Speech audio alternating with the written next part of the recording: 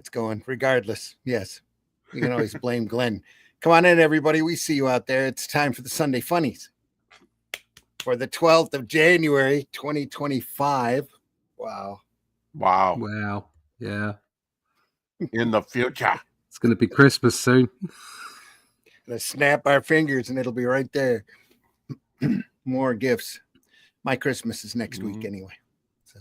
Is it? Oh, is that when family comes over? That's when family gets around to all getting together. Yeah. Except if we all survive the week. Geez, everybody's fallen, landed in the hospital, and one thing after the next. Yeehaw, folks. Come on in. Sunday Funnies. We're going to look at a great book today, Mars Patrol.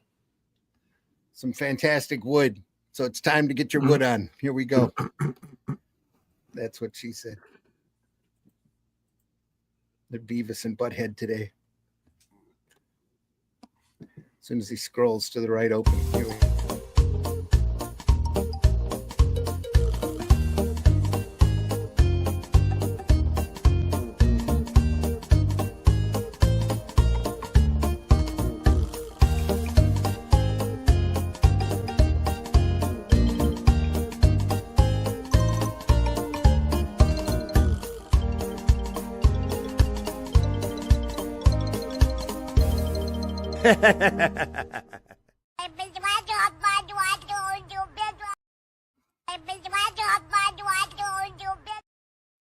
Right. Right. That's right. Right. Come on in, everybody. We see you out there. Damn cold out there. Damn cold. Yep. All the beavers are frozen. Yeah. Yeah, you're on it today, Randy. It's just your mind. Get out of that Beavis and Butthead mode, folks. No. Don't start. Joke's on you, bitch. I love this shit. Okay. Fine. They don't know what you were saying in the green room.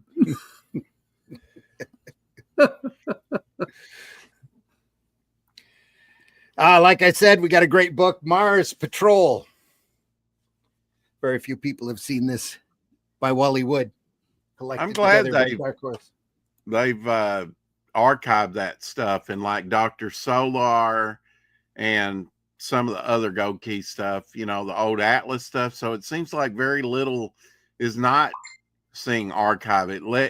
Maybe some of the really obscure Golden Age stuff, or low print. Yeah. There's a lot of the little tiny stuff that Marvel did that they haven't bothered to reprint yet. Unknown tales of science fiction and of the Omega, the Unknown, that kind of stuff. I don't think they've collected. Though I do think there was a collection of Skull the Slayer. I think they put together quite a few years ago, if you remember that title. What a mess that book was. But what a great mess that book was. Original page of artwork from that. Yeah. Cool. I love that book because you never know what direction it was going to go in because they kept changing writers and artists every issue, and they all wanted to go in a different direction. So it's hilarious. One minute it was a Bermuda Triangle book. Next minute it was a Land Before Time book. Yeah, and then he's jumping dimensions. Yeah. Who knows? Issue 1 splash page has a great split screen type thing where he's traversing from modern times to prehistoric times. With dinosaurs. I love it. Vietnam vet. Crazy stuff. Yeah.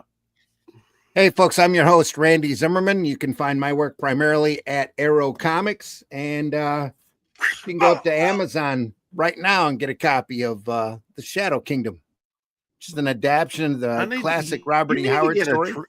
It did what? You need to get a what? You need to get a trick arrow, one of those that you put through your head. Arrow Comics, or I need to show up one of these days. I've been watching a lot of Westerns where it's like, I need to come in looking like Saint Sebastian with arrows all in me. What do you think? That's where we get all our ideas. Whatever you need to do, folks. Yeah. We get them from Devil Flyer. That's where we get them. Yep. I've been doing this for decades, Arrow Comics, since about the mid 80s. I've done a lot of books, like doing a lot of sequential art. I just love this art field. Well, My wife's still paying my medical bills, so she's got my medical Stinker. insurance. That's how I'm doing. Yeah, you got to be honest. I don't have any medical bills, by the way. You know he's insane. He's living up north where it's cold. I'm in the middle of Michigan, folks. Yep, No right in the doubt. Frozen. middle part of the lower peninsula. Yeah, Right in the middle of the frozen tundra. pretty frozen today. Yeah. Extra half an inch on the They're ground this still morning. excavating mastodons from up there. They're going to be excavating mastodons from all over the place forever. They keep finding these bones and trying to put them all together and making stuff up. Yeah. So, and now they're all saying they all had feathers. So in Russia, in Russia, they've excavated ones with hair and flesh and, still the grass in their mouth. I mean, it's amazing. Human preserved remains some of in this their stuff. jaws, but man never lived at the same time as the dinosaurs. That's right. Anyway. Yep. Yet they've seen, prints side by side. So, and other stuff down in South America depicting side by side coexistence. So, yeah. Anyway, maybe it wasn't the early crustaceans. All those they just make up. Yeah, they just make up time frames and fit everything in it, and then they make everything else fit their agendas. So yeah, feathers. Please, I'll leave that to my pillow. They say they're closer to chickens than they are to reptiles. So have you seen? I saw that recently on YouTube where they redid the Jurassic Park scene with the raptors, where they're confronting the humans, coming in but sort with of chickens. to the atrium there. But with chickens? Yeah, but with feathers. I'd pay to watch that. Basically big chickens, yeah. Yeah, I can see it. Also joining for $1. Beep, beep. There you go. You'd buy that for $1. Also joining us this morning, Mr. Russ Leach. Russ, please introduce yourself. Good morning. My name's Russ Leach. I am a comic book artist from the UK. The one thing you can always depend on is the universe screwing with you. Just remember that. Currently on the second issue of The Atlantean, here's issue 1, which is now available on Amazon globally. You could go get yourself a book there. If you're in the US, please check out the Critical Blast website, because we all earn a little bit more money from that. But it's a reasonable price, only $15. Obviously, if you're over at Amazon, you got Prime, then the postage is free as well. So there's lots of benefits to be going and getting it on Amazon or over at Critical Blast or even at Barnes and Noble. You can also pick up the Shadow Kingdom there, again, through any of those outlets. Issue 2 is on its way, and that will also be available at some point at retail. But you want to pick up your copy first, and you got to remember that the first printing of these books are always slightly different to every other printing which go out to retail. So there is a good reason to get yourself a copy of this when we go to crowdfunding. Issue 2 will crowdfund on the 1st of March. I'm in the middle of the pencils now. Ink start next month. It'll all be done by the end of March and printed and off out to you in April. So check that out. By finding out about all this stuff, where you can get the books, where you can sign on to the crowdfunder and all that kind of stuff, just go to russleach.com. That's my website. All the social medias are there. You can link to anywhere I'm available on the internet. Most importantly, sign up for that email list so that we can keep you up to date with everything that's going on. There's a digital version coming soon as well. So sign up to that email list and we can let you know where you can get those books. There you go. russleach.com. There we are. Thank you. Also joining us this morning, the Silver Fox himself, Rex. Introduce yourself. Hello. I'm Rex Christian. You can find me on the internet every day on the 4 o'clock shadow.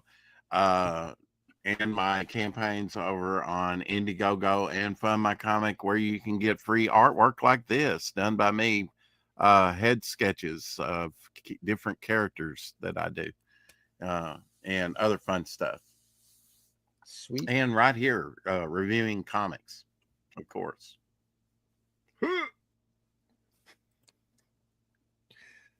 Mars Patrol, folks. Wally Wood. Gold Key. It's its late 60s, Pew, I pew, believe. pew. Pew pews. Mid 60s, mid 60s. 65.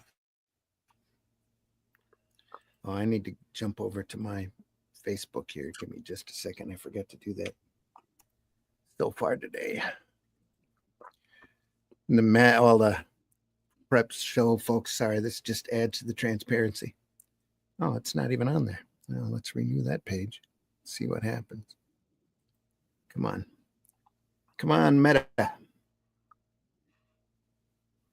Yep, there we are. Still private. Control it to work.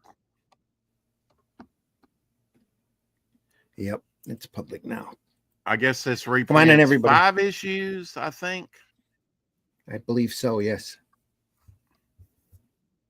Total War. Need to change the Wally Wood. screen, Randy. All right. Make it full screen. Make it big. Oh, yeah. Look at that.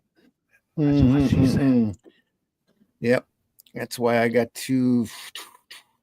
Now I'm going to have to figure out how to Isn't it along the bottom? do They've that got some. exactly. Yeah. They've got the organisation of the screen sizes along the bottom. Just click one. I was wondering why I was admiring my I know it's collage early. of comics this morning. Mm. Yeah. Layouts. That's what that's got to be. Yeah. Crop I was solo like, I want layout. that one and that The one background and image. that There one. you go. There we go. I have that Good one. stuff. Now I can see it now. It's a click of the button. Bam! Is that right? Bam. Oh, that's it. Oh, you got it perfect there, mate. Don't move. Do not move. Oh, nice He's got to printing. move. Yeah. That's lovely. Oh, what a nice book. Nice Art Lovely painted covers. painting as well. Beautiful. Mhm. Tony Coleman and Dan Atkins. Forward by Batten Lash. Afterward by Dan Atkins. Printed by I mean, Dark Horse. G.I. Joe was just coming in right now, The old around G.I. this Joe. time. You get a very Not the Larry the Hama old G.I. Joe. Yeah. Yeah. So, No, are those no. painted covers? Are they by Wally Wood? No. Right. I'm not sure who they're by. I don't think they're Wood. No. I can look it up real quick though. Yeah, look it up. I'm kind of curious. This book was printed in 2004. The copyright dates on this are sorry, I got to move it closer to my face in order to read it. Your face. Yeah, really. I don't see. Oh yeah, there it is. Originally published by Gold Key, 1965 and 66. Yes, indeed. About the time of the Thunder Agents. This would be a good one to get renewed, for somebody to update it and bring it back, really.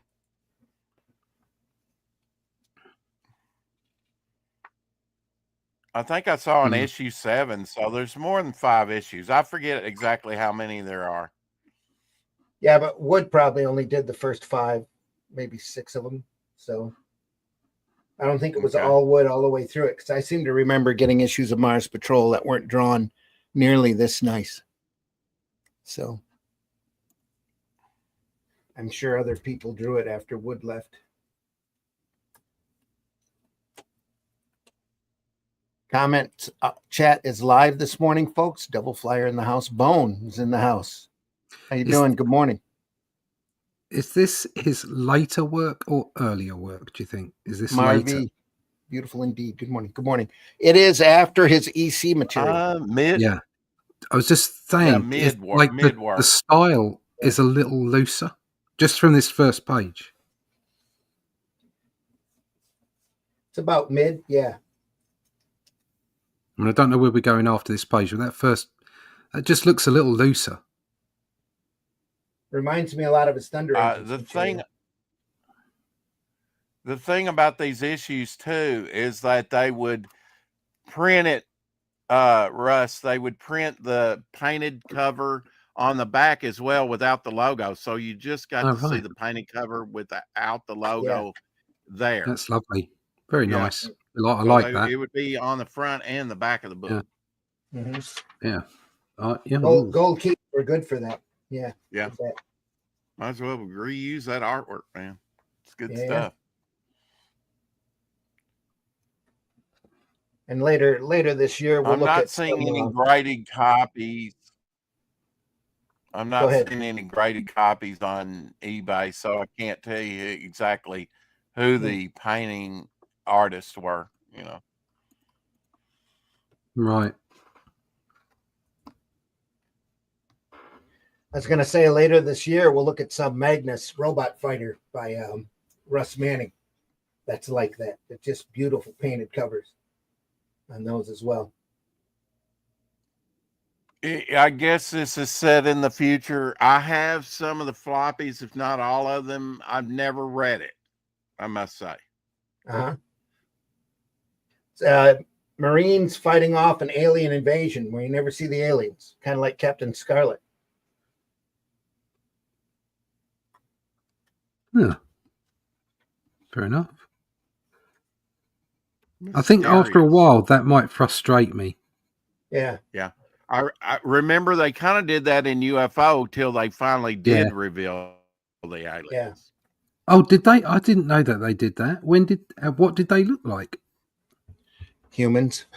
Oh. I would imagine. They had a helmet on full of green liquid because they tried to abduct one of the people from Shadow and take them back to their planet. And it was horrifying, really. They put the helmet on him and started the fluid in there. And you can't breathe underwater. They adapted him, where he could breathe the liquid so they could take him back to the planet. So you think he's going to drown. It's good sci-fi, early 69, 70. Gary Anderson, wonderful stuff. Go ahead. I was just going to say precursor, of course. They didn't get a second season, so that got made into Space 1999. That got a couple seasons. I was going to say, I can't say I've ever seen an entire episode of UFO. I've seen clips. Oh, I've never seen I'm disavowing you right now. Where's Glenn? Where is Glenn? Sorry, I had to rush off. Then the door went. Oh, you all right? Yeah. The door went, and I had to go and get the door. But okay. Yeah, I got past that. They went back to their planet with green goo in their helmets. Yeah, that's about it. I've never seen a whole episode of UFO though. So I don't think I have. Yeah. I remember it when I was a kid, but I don't think I ever watched a lot of it. It's wonderful. I remember the woo. Yeah, I remember that. And then in like 1975, they brought it back on Saturday morning TV along with Doctor Who. So that might have been, and it was quite stunning because it was the first Doctor, the second Doctor, which was in black and white, and color TV had come in by that point. And then they did the Pertwee story as well. And then it all just kind of went away from Saturday morning. But there for like in the mid 70s, they kind of brought it back. That and UFO. I think that kind of nice seeing it again on TV because you could. Around the Star Wars time, there was just a big sort of anything science fiction-y. Yeah. Especially if it was cheap, so reruns, that kind of thing was like, it was big on the TV, wasn't it? Yep. Absolutely.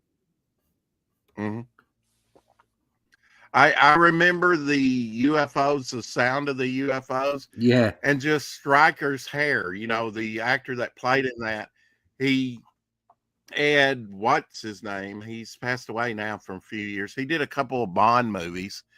He wasn't that prominent, but he was in a couple of the early Bond movies. He was he an actor. Never kind of reached that star status. No, he's an American actor who obviously came over to the UK to find his fortune, and he seemed to be in an awful lot of stuff in the 70s. He was a very, if you needed an American, you kind of went and got him for your program. Yeah, he's best known for that striker. He kind of had white blonde wig that he wore, or hair, and I remember that because that was unusual as a kid to me, and I was very young at that point, about 4 years, about 3-4 years old when UFO come out. But moon bases where they had rising platforms and the interceptors with atomic bombs, torpedoes on the front, and they made toy line of that as well. They're so I had cool. one of those. Yeah.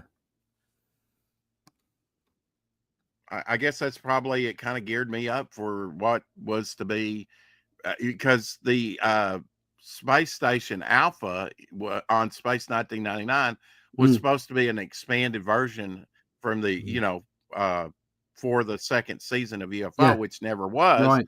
And then they kind of changed the story. Well, it was all Ray Harryhausen, wasn't it? So that's why. Yeah.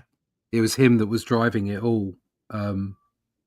He was looking for, vehicles, whether they be live action or puppetry. He was looking for vehicles to get his stuff out there. And great designs on those, like the Eagles, for Space 1999. I love those Eagles in Space 1999. Yeah. And of course, the two series were completely different. Right.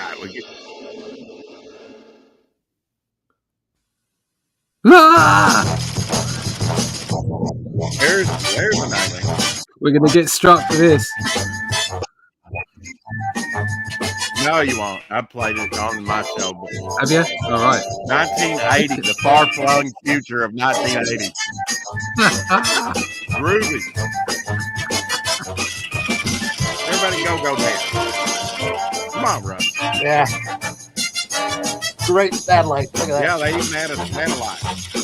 An orbiting satellite. Early warning system.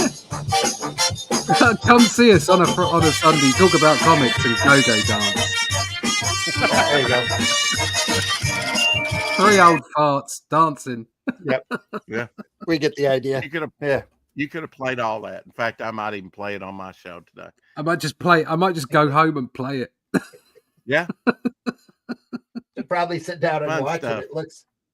It looks like 60s mod cool, Yeah. Oh yeah. It's good fun.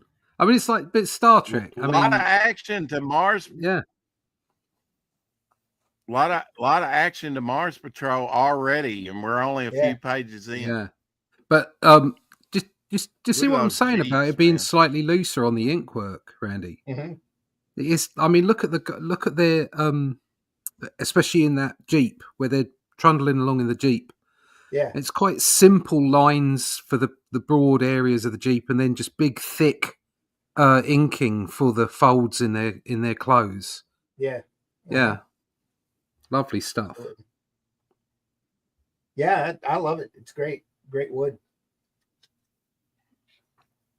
Like I said, it really reminds me of the Thunder Agents material that he did. Just a little more rushed maybe than the EC material, but not still great to look at. Great big stuff. thick gutters. Look at those. Yeah. Mm-hmm.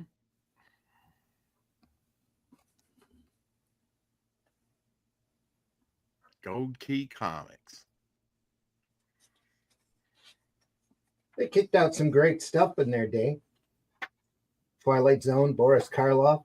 Oh yeah. Magnus, as well as all the licensed stuff that they had. Every cartoon character was pretty much a licensed Gold Key book back when I was a kid. Dell was done at that point. Yeah, 4-color. All of the 4 colors were done. Yeah, so they did. They had Bugs Bunny and Pink Panther and all the Disney content. I mean, Dale just kind of died out in the mid 60s. Yeah. And I mean, they had print runs up to 1963, over 1 million with some of that, like the Looney Tunes, Mm-hmm. Absolutely. We talk about the millions that were printed in the golden era. Well, there were millions up to the early 60s by Dale. Yeah, but It might have there been was a 1 good million something, but still, that's a lot of books. there was a good third of that probably too that was wasted. That was all set up in returns and sent back, or had the upper Yeah, yeah. cover chopped off and thrown into 3 or 4 packs. Yeah. Sarah's in the house this morning. Good morning, Mhm, Sarah. mhm. No Glenn this morning, Sarah. Sorry. But Sarah's here. Oh, Glad you're here, Sarah. Mark's Marvy here. earlier asked back in the Marvy. day, Mhm. did they use gouache to make comics or something else? I don't think they used I don't think markers, right? no. No. I don't think they'd have ever used gouache. I saw a really nice example actually the other day posted on Facebook by I don't know if it was Ron Friends or Manly. I can't remember. Just putting up one of the I think it was a Conan page or something, where the colorist had marked it down in marker pen because Mhm. obviously it was laid down by the printer at Repro. Hmm. Um, wasn't done with a brush. It was just done with plates. Oh. And that was a very interesting example of things being done before people before the digital color turned up. Yeah, most of the time That it was late acrylics. Charlton stuff, I've mentioned it good. it before in the 80s. They would recycle that artwork from the 60s, 70s and reuse it again and just change the price on it and maybe Yeah. a full, few bullet points on the cover. And it was done in crayon for the color guides. I kid you not, something like that, oil marker, crayon. It looked very crude. Well, all those old mechanical separations where they used to use formula, those were crazy looking. You saw those color guides, just amazing. But yeah, I mean, I used to Yeah, when I yeah. used to mark up for retail, everything I marked up was in 4-color press. Hmm. So I had color charts, and I just used to, fill in and say this color is so many percentage cyan, so many percentage, magenta, Yeah. whatever, and just Yeah. fill that in. And I think what was happening on the comics is that they had maybe a limited number of, and in fact they did have a limited sort Palette. of color palette that they used, Mhm. and they went through with markers, and there would have been, I presume, at somewhere between the repro house and the designers or the colorists and the art studio, there would have been a key. So right, okay, we're going to use these markers. This marker, say an orange, is 70% yellow and 20% magenta, and Yeah. whenever we use that on the page, that's what the repro house does at the other end. So it was just a completely different way of colouring. Mm-hmm. It seems. Look at that. It's the same figure, just about. Yeah, he's drawn it again as well each time. He just copied it. Yeah. No, Wonderful profile Yeah. though. It's got Wonderful. the eye open. Yeah. Yeah. It would be interesting to see how true to color these archives are as opposed to original. Well, and again, or I if think this has been recolored. it would look different because the printing process here is different. This is on a much wider, It would. Yeah. more better printed stock. Let me see if they credit a different Bone white, color. slick stock. Yeah. Yeah. Collection designer, publisher, editor, art director. No, it doesn't say that it's been recolored at all. Okay. On pulp Have to look paper, at of course, you're gonna get more absorption of the color, Yeah. saturation in the paper. Lovely vehicles. Look at that. Still kind of looks like dots back here though. Mm. And that panel border here is pretty rough looking. It is, isn't it? On here. Those vehicles look a little bit fantastic-car. That was They do. Yeah. And actually the military had stuff like that at that time that they were testing out and never could quite get it to maneuver like they wanted to. The air hover type thing. Yeah, they that had would be a little rough. Yeah, they had some fan. like they had that UFO, didn't they? That round thing that was basically one big fan. but it wasn't particularly good on. You couldn't control it particularly well. Yeah. It's a giant hair dryer. Yeah, almost. Yeah, but it was flat and UFO shaped. It's like it was great. Yeah. But that's probably what they're throwing around now.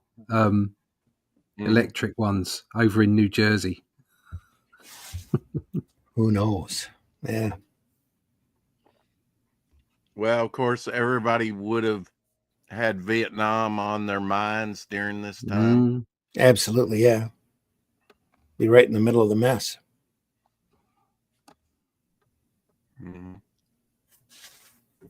And like I said, G.I. Joe had just come out and was very popular. And a lot of the toy guns and stuff like that. Oh yeah. That was the Moss Head G.I. Joes too. Playthings for kids. Yeah. Those great 12-inch figures. Yeah. Pew pew. Yes. Pew pew pew. We had Action Man. Drop we didn't some have napalm. G.I. Joe. Well, Like I'm the same sorry kind of for you. concept. Well, you shouldn't be sorry because Action Man was a superior product. Was we it? had Captain. Okay.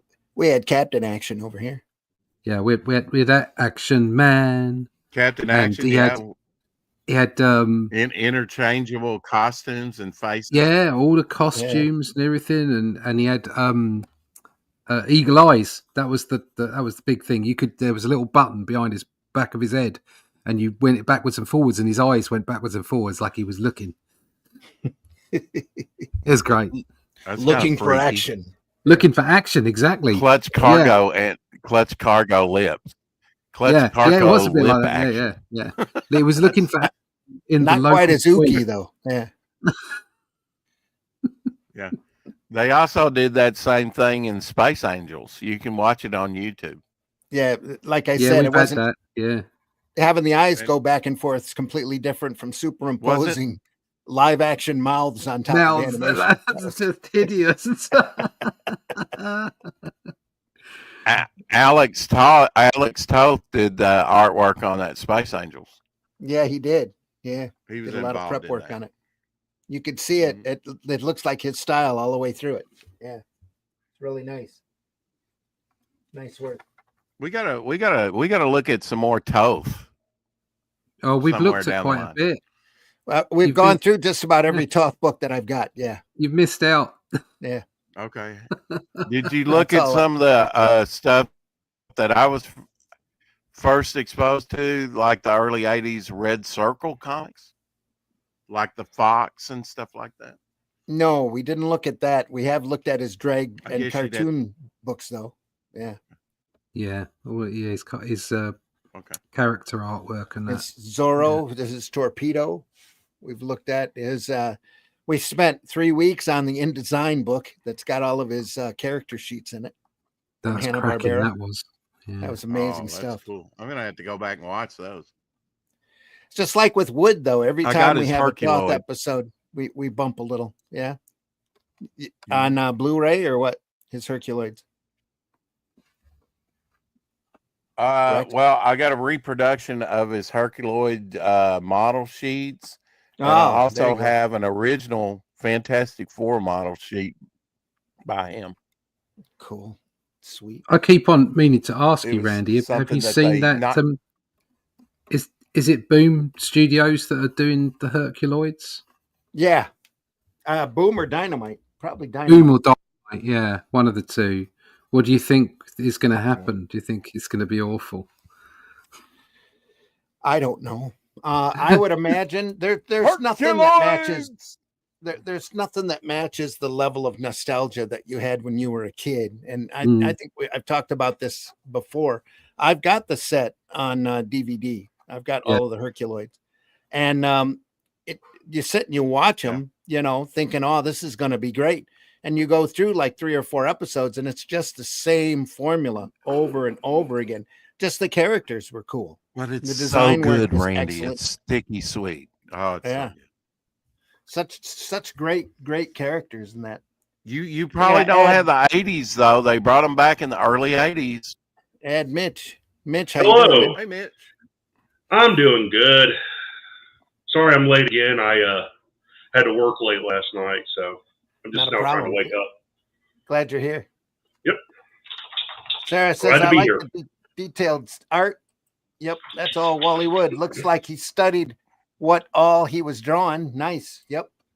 Yeah, Wally Wood knew what he was doing. Yep. Glad you're here, Mitch. But yeah, there's the space adventure stuff I've seen, but I don't have it on I don't have it on disc. It's just not the same. It's just like all the Johnny Quests that they did after the first season. Just none of that stuff matches the quality of the original first run. So Didn't there's they do a Johnny Quest comic as well recently? The comic had a lot more respect to it than Hanna-Barbera gave it on their second and third seasons out. Really? Animated. Ooh. Oh yeah. Cool. Because you had Bill Loebs did the majority of the writing on that, and all the people that they had working on the art were all people who knew and loved the cartoon, the original cartoon. Right. Okay, cool. When I was a kid, they had what was it? The New Adventures of Johnny Quest. Yeah. That was terrible. Mostly computer animated, just crappy stuff. The stories were worse than the Herculoid stories from the 60s. Yeah. Well, let's face it, Johnny Quest is probably the pinnacle, for hand done. It'll probably never be topped. Wonderful detailed stuff. Violent too. Yeah. It was all right place, right time. Yeah. You can catch all those. I'm trying to think where they were at. I want to say not maybe Max. Max has all of them. Max or Hulu, I think, has got the whole first run. Well, one thing that was kind of wild about, and they all hold up. Was kind of wild about that, Randy, is that Hanna-Barbera released the complete Johnny Quest on DVD, and I bought it. And then they released it on Blu-ray, and they said the uncensored version, because they had censored the first version of, like, when someone's pursuing Johnny, and as he's falling to his death, Johnny's being snippy and saying something, and they would edit that out because they thought, well, this guy's falling to his death and Johnny's smack talking him. We need to censor that out, So there's a censored and an uncensored version of Johnny Quest. It's crazy. Wow. They're censoring our cartoons now. I knew they edited a lot of the violence out, especially where Race kills somebody. And there were quite a few times he did. But well, if they would, that never made us into psychotic killers. Yeah. You can thank Ted Kennedy for his sucky legislation. Yeah, there you go. I sat and watched episode. Not only that. Go ahead, Rex. Not only that, but it affected westerns. I mean, westerns and all types of TV shows. The episode I saw on Max, though, I'm pretty sure was uncensored back in the day. The episode I saw on either Max or one of the streaming services, I'll have to go back and look at it. But they had the whole original run. My thing is, I want to see an original. We talked about this last week a little bit. I asked you, how do you feel about them kind of cutting down a lengthier program like the War Games of Doctor Who and colorizing it for a new generation? And I agreed with Russ that they won't learn anything. They need to see the original was, broadcast, originally broadcast. Absolutely. And unaltered. Yep. Marvy says it's insane when we compare today's archives to those from last century. The time they've spent sourcing for references and yet get issues done in time, multiples on a month, done by the same artist. Oh yeah, a lot of these guys were workhorses. I think there's multiple aspects to that. I absolutely agree with him that they were insanely quick, but they were allowed to be, if you know what I mean. There's been this slow creep of illustration over sequential art over the last 40 years. I blame Jim It's Lee. not. It's yeah. I blame Jim Lee. Yeah, it's not everywhere. There are still great styles out there that are being used that aren't incredibly detailed. But if you look at the top tier of, say, DC, most of the time they're using artists that are creating beautiful illustrations. But sometimes, especially with the way that they colorize comics these days, it comes over as quite muddy. The inks aren't allowed to breathe, and so often they're very sort of like hyper detailed. It's like trying to color Alcala inks. Yeah. It's like you don't want to do that. No. But and Alcala was great because the whole point was he was doing it for black and white. Mhm. And even then, I don't think John Buscema was that much of a fan of the work. Felt that it was a little bit overdone. Mhm. So it depends how you Yeah. view what these artists were doing. I know that I can knock out simpler pages much quicker. That's just a fact. That's just how much labour you put into it. But it's what's expected by the editorial team, by the customer, by the publisher. That comes into it as well. Although it must be said, if you go look at early Wally Wood, well, not too early, mid Wally Wood, some of that's EC stuff, and it's like it's incredible, and they were obviously knocking it out of the park, and they were pretty quick as well. So I'm giving people the benefit of the doubt, but yeah, I think you're right, Marv. Woohoo! I see a Those Shadow jets Kingdom. there, those elongated Shameless jets. plug. Shameless If plug. only it was up the right way. Sorry. Those elongated jets, they look very Gary Anderson like. Yeah, they do look a bit Anderson. Yeah, they're very good. I like them. It's almost like an Einsteinian illustration. It's like they're being extended by the speed that they're flying at. It gives it that feel of intense speed. And yet they're just stagnant there against the yellow background. Yeah. Yeah. Oh, have we got a Scott? Have we got a Rosema? I don't think so. Is he there? He's going me. Yeah, he's threatening to come in. Oh, the link's I up there, would have mate. had to put at least a hint of speed lines on that thing to give it movement. Because it's almost like the vehicles, like these paratroopers there, it's just suspended the way he's got them drawn. I think Kirby would have put speed lines on them. Yeah. And it would have been right for Kirby, but I don't think it's right for this personally. Okay. I like the weight that Wally Wood has. Yeah. When I say weight, so for instance, the weight that Jack Kirby used to impart into his work was all dynamic weight. It was energy. It was like a fighting stance and he did do other more sort of anatomical sort of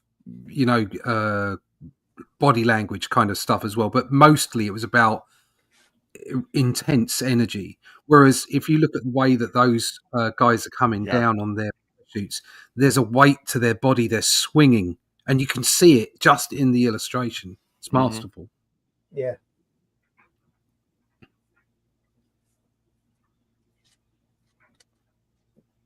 Brian K. Morris, hope you're feeling better soon. Said he wasn't quite feeling up to it. He's always welcome in whenever you want to pop by, Brian. Always.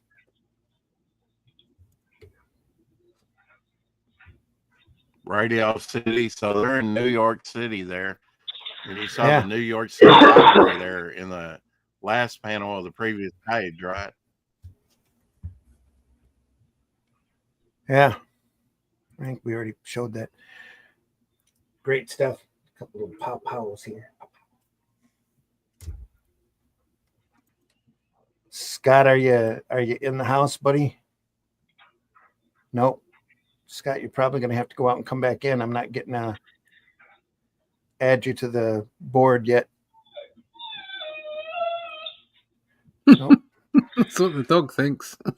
Yeah. Gonna have, It's the expectation that we're going to have a Rosima in the room. yeah, it's what it is.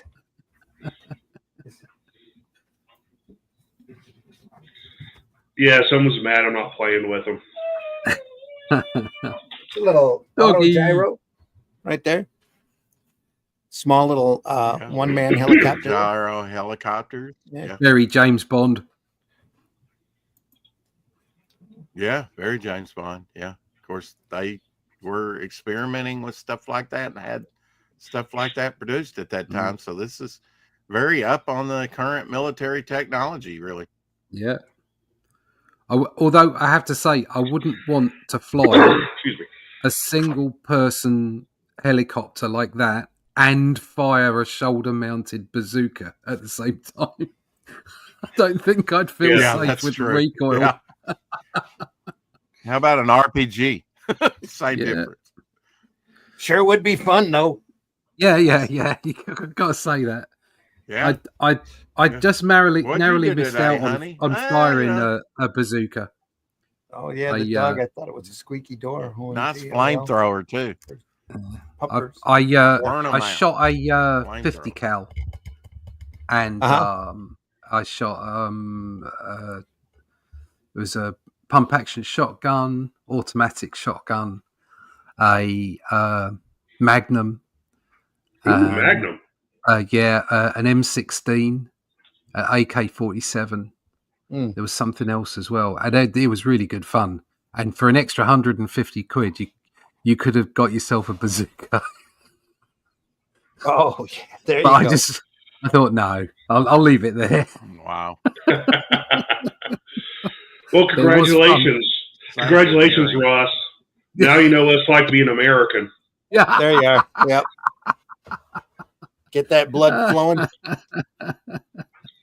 it was good You fun. get a, Look you at get that. a big, Look at that get a panel big- by your fingers, Randy, with the Yeah. tracks going off into the distance Oh, and yeah. the shadow Yeah. of the ships in the water. did you get Yeah. a big bruise on your shoulder, Russ, afterwards? From which one? From the that pump tank action? had double Just from barrel. shooting That in general, double barrel, No, a no, double barrel tank. I'm Futuristic fairly, looking tank. I'm fairly solid. Yeah, I got a chance one time to shoot the handgun. I forgot what it's called, but it's the step above the Magnum. And I'm a big guy. That thing almost knocked me on my butt. It does. Yeah. There is a hell of a lot of recoil on the Magnum. That was the other one. I'd shot a Glock as well. That was real easy to shoot. Mhm. But yeah, there is some recoil on it, no doubt. The 50 cal was great. We were shooting melons. It was Sweet. brilliant. Absolutely, it was sweet. It was good fun. Yeah. That was in Eastern Europe. You don't Who get to won? do that in the UK. Who won?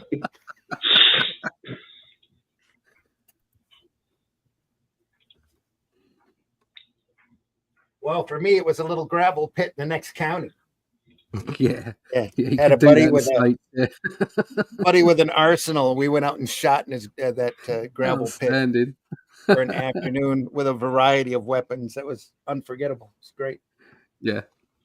Everything from a Brilliant. little handheld pocket spy camera or a spy gun that was a that looked like a pen to a Brilliant.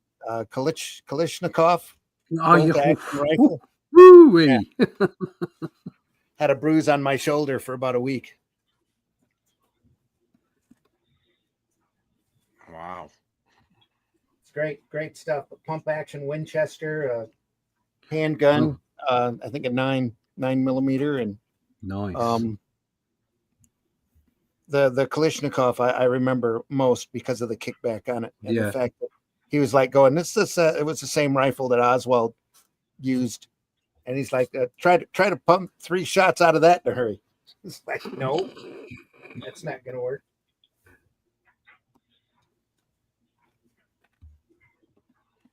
Into the first issue, it looks like, or at least Wally's work on the first issue. This cover. Oh, look at that one. Yeah. Around Oh, Niagara it's lovely. Falls. That's great. Fantastic stuff. Sneak Attack. Looks like a World War One machine gun, like Glenn was does. saying last week. Yeah, Big turret. mixture of weapons. Yeah. Love Right. the colours on there. Strange, Yellow strange and mixture of weaponry. You know, Yeah. looks a bit like Hydra. Yeah.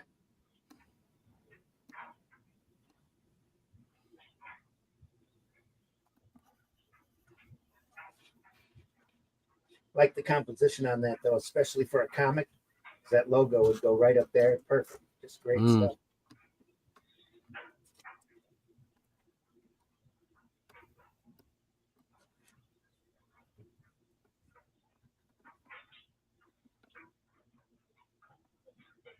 If these reds weren't nearly as bold in the comics because of the newsprint.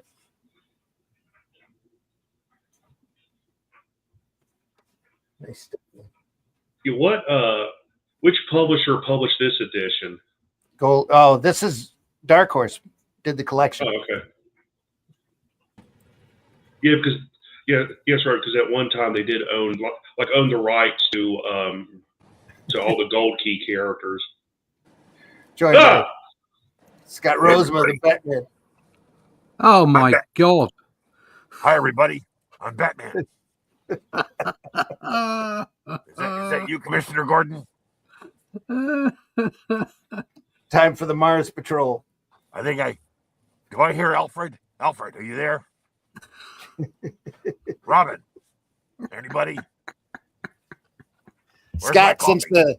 since the camera's on, you introduce yourself if you would. I said I'm Batman. He's Batman. Just he'll go away eventually. All right, Batman. Wait. Oh, This is early morning on a Sunday. Yeah. Why's Batman here? What a perfect day for a Batman. This is Scott Rosema. Wallflower. Shy man. Artist for Marvel, Disney, DC, Warner Brothers, Archie Comics, Valiant, Hasbro, DreamWorks, all kinds of stuff. There we are. Looking at Wally Wood's Mars Patrol, Scott. Oh, yeah, I know. I had to join it. That's just awesome. Great stuff. did you read this back in the day?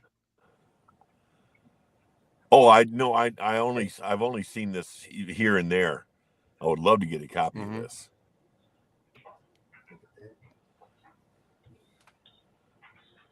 Yeah. Wow. Anything Wally Wood does is top notch. I think you got your camera a little. I think you got your camera out of focus a little bit there, maybe. Is it? Yeah, I was going to say. Oh, there we go. It'll come back. Baby, come back. Whoa, that's even worse. Oh, it's There we go. Oh, looks Don't good here. backhand me, young man. Rex is on a slight delay, Scott, just so you know. Don't worry, Batman will fix it. Oh boy. When did Wally do this? 60 I want to say 63, 64. 65, 66. So he probably 65. did it drawing it in 64. Yeah. Wow. Where did it get published originally? What for? Gold Key. And was the comic actually called Mars Patrol? Yeah. Yeah, only had dots, M.A.R.S. Patrol. It stood for something Marines, Alien, something. Wow. Let's see if they Mars Patrol. That's awesome. It says right there. Nope. Oh. No, you had it. right where? Back here. Flip it over. All right. Yeah, Marine Attack there. Rescue Service. Marine. Attack Rescue Service. There we go. Yeah. But it just sounded spacey. So. God, with Wood, all those, all those, the planes and everything are just they're very accurate. I'm sure they're exactly what they were. Yeah. Yeah. Oh God, look at that! Look at that. The one to the far left bottom page. That's just so damn cool. Not afraid to throw it in perspective either. Yeah. Oh, you're Wally Wood. You can pull that off. Oh, it's just Something that he always does really well is line weights Mhm. on things like, I mean, obviously everywhere, of course, but that bottom right hand page where he's got the aircraft high above, it's just, he does that just so well because it's not like he's got really, really fine lines behind. I mean, a lot of people who do so fine lines behind, it's almost like you can hardly see them, but it's just, it's a lovely combination. Yeah. Oh yeah, when he was such a master at the medium. I mean, Yeah. he knew how to juggle, like you said, line weights and all that kind of stuff. It's just ugh. Well, I didn't mean ugh, like it's no good. I mean ugh. I No, can't believe it. it's so annoying that he could do that so easily. Yeah. We all got to work at it. Caleb's in the house. Good morning, all. Bone says, "Hey, Caleb." Hey, Bone. Eastland, glad you're here. Burkholder, hello. Hello, everyone. Thanks for joining. Oh, that's Devil Flyer. We know who you are. Hello, EB. Oh, by the way, I didn't see the whole who's our home team this morning. Mitch and Rex are here, as well as Russ and myself. Ah, okay. Mitch Rogers, Rex Devil Flyer, the Silver Fox. Ah. Hi, guys. Batman says hi. Hello. Hey, Rex, do we know each other? Pardon my bad memory. Oh, Rex Tillerson, right? I can't hear him. Rex away from the I'm microphone. sorry, I was muted.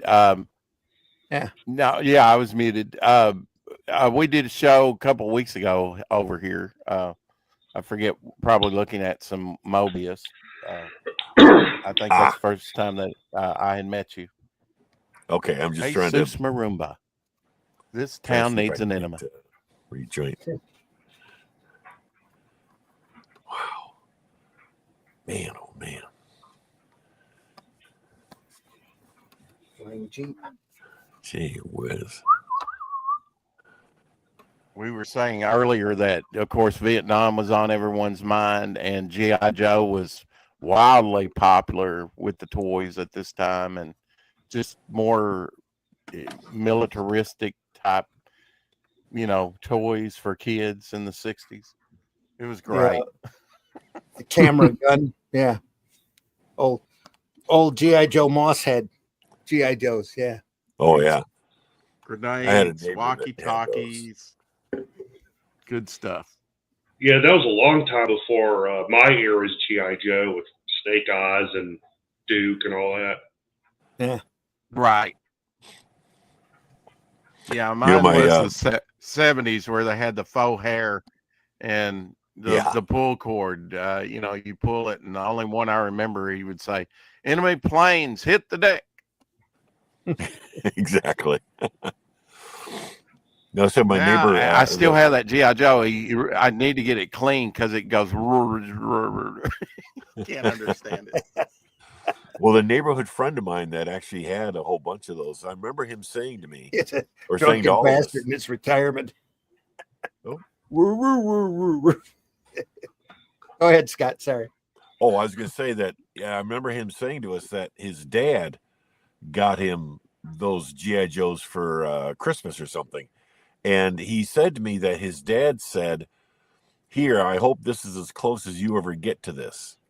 Yeah. And I didn't quite understand it because he fought in World War II. My friend's dad. Mm-hmm. And none of us quite understood that. Now, of course, I understand what he was talking about, because he didn't come through the war he didn't do very well. Yeah. So, kind of a cryptic little warning / wish there. Barely got out alive. You mean? Yeah. Man,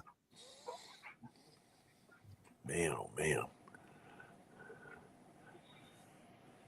Some gorgeous artwork. Isn't it? Just fantastic stuff. In a book in a series, nobody talks about anymore or thinks about or looks at or any of that. There they are at Niagara Falls. Look at that going Oh going wow! over Niagara Falls. Yeah. A lamb. Yeah. Yes. Yeah, exactly. Yeah. Yeah, It's in my almost. mind, I'm thinking of like a Wilhelm scream right now. Yeah, exactly. Exactly. Exactly right. It's almost as iconic as Johnny I'm Quest, thinking a where few all their expletives yells if it were was me. going. All their yells would be "aye, aye." Yeah. Yeah. We were actually talking about that Hi, earlier. Haji. Hi. Yeah.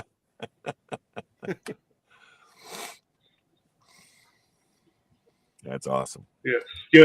One of my favorite screams of all time is from the first Jurassic Park when Newman gets eaten by the Dilophosaurus. Oh, man. Yeah. That's uncanny. Yeah, like it's not just a scream; it goes up and down, up and down. Oh yeah. You know that little dinosaur's chomping on his guts right there. Oh yeah. Oh, You ain't dead yet, but I'm eating you. so yeah. Yeah. Frog I like men. that They- bottom face, Randy. You were pointing out. Yeah, that's an unusual looking face. Yeah. But boy, the almost figure- alien like. Yeah. Yeah, on the top of the page though, those two frogmen. Boy, what a great anatomy they got going on there. Jeez, oh beats. That's great. Yeah. It's beautiful. Mm-hmm. I don't think he illustrated any of the Undersea Agent books for Tower at this point, did he? I don't think he did any No, of that. for that Tower. was mostly Russ Heath. Yeah. Yeah. Well, yeah, I mean, it depended on the title. Gil Kane did some of the underwater agent for Tower. Yeah. Oh, Comics. didn't he did Sea Devils, right? That was for DC, Sea Devils. Oh, okay. Sea Devils came earlier, like us around 62, 63. Yeah. It was certainly still going by the mid 60s. Sarah says never expected to see a Canadian flag in a war book before. So I thought the same thing, but this looks like a UFO. Says unless I'm seeing it wrong. Yeah. Oh, over here. Yeah, it's like they're a UN, aren't they? They're like a. Yeah. It's not like people against people. It's I don't see a flag at all. What are they talking about? Yeah, it's like a last day. UN force. Oh, earlier. I see on this page. Canadian flag. Oh, I see. Yeah. Gotcha. Yeah, All right. if it's a UN thing, do they have multiple countries Is there- to send troops? They're on the Canadian side of the Niagara Falls there. That's it. Not for long. Short visit. Oh, you're talking about us annexing them? Yeah. Yeah. No, I was talking about that they were floating over to our side. Oh, I heard Hard the way. easiest. I heard the easiest thing to do was to like give them California. well, So if you give them California and then you invade and you get California back and then it becomes state territory. Not state territory. province? national. It becomes national territory, Yeah. and then you can do what you like with it. I mean, I don't want to give anybody any ideas. Or anything. No, I'm quite sure they're already floating those Yeah. ideas around. Yeah, there's numbnuts. sure they're wishing California We were right now was also- a separate country. Yeah. Yeah, California are wishing they were in Canada right we now. were yeah. also Go ahead, Rex. we were also mentioning earlier that some of these vehicles look very Gary Anderson. Yeah. like Oh yeah. Thunderbirds type Oh yeah. stuff. Especially Gary, this rocket on the half-page splash there. Yeah. Man, that is. So, well, it's from the same time, isn't it? I mean, Jerry Anderson was Yeah, mid big 60s. then, you know. Yeah. exactly. HR in the house. Happy to have you here, HR. Glad you're here. Big Joe, huffing stuff. Is it Folks, is it the take a network? little bit- HR? Up and stuff. Say what? And your friend when things get Not rough. that. It's not that HR, Rich. Oh, Big oh, Joe, okay. huffing stuff. If you can't get a little bit, you can't get enough. That's what she said. Anyway. I love that. We have when I was we have a kid. great audience this morning. Hit that like button, folks. Hit that love button if you're enjoying this content. Any type of interaction with any of the platforms that you're on just goes to help our algorithm. Helps us be seen more. In that But panel that says breakthrough, is that guy writing that like Slim Pickens? Yes. I hope not. It's like, yeah. He's not waving a cowboy hat, but yeah, he's sitting on it. I tell you though, I love that rendering of those rocket on the back end there. Man, that is so cool. It's so awesomely good. Great stuff, yeah. Cool. Painted cover Russ. Roy and Peppy art. It's issue 9. So Yeah. there was at least 9 issues in this series. Oh, hey Russ. Yeah. It Yeah, was away. Thunderbirds and all those Nation shows, were they as big over there as I'm imagining they were? Oh, they were huge over here. Yeah. Oh yeah. Yeah, absolutely huge. Everybody, kids loved them. Oh, They were everywhere. And they kept. I mean, the thing is they kept on their popularity right into the 80s. Really. no After kidding. after they'd been sort of 20 years old, they were still very popular. They went away for a little while and then came back. But when I was a kid, you know, late 70s, early to mid 80s, they were constantly repeating Captain Scarlet, Oh yeah. Thunderbirds. You know, I even got to see a little bit, you know, later on, sort of closer to the 90s, maybe in the 90s, they started repeating Fireball XL5 and Stingray and stuff like that. So, you know, it's been sort of ever present in the British culture, I would say, up until they ruined it with the movie. Oh yeah, exactly. Nickelodeon. Yeah, sure. I keep forgetting that's the same Thunderbirds. It's Yeah, not it really. isn't. It's not. Really, it's not. It's like saying the current Star Wars films and Star Trek films are actually the same thing. They're not. Yeah, exactly. Somebody said, I think it was Marv who said, "Oh, what?" He's like he was being sarcastic. You know, Han Solo's dead, and I answered him with, "No, he's not." Yeah. Just not. No. In my sequel These might have trilogy that been- I've read, he's not dead.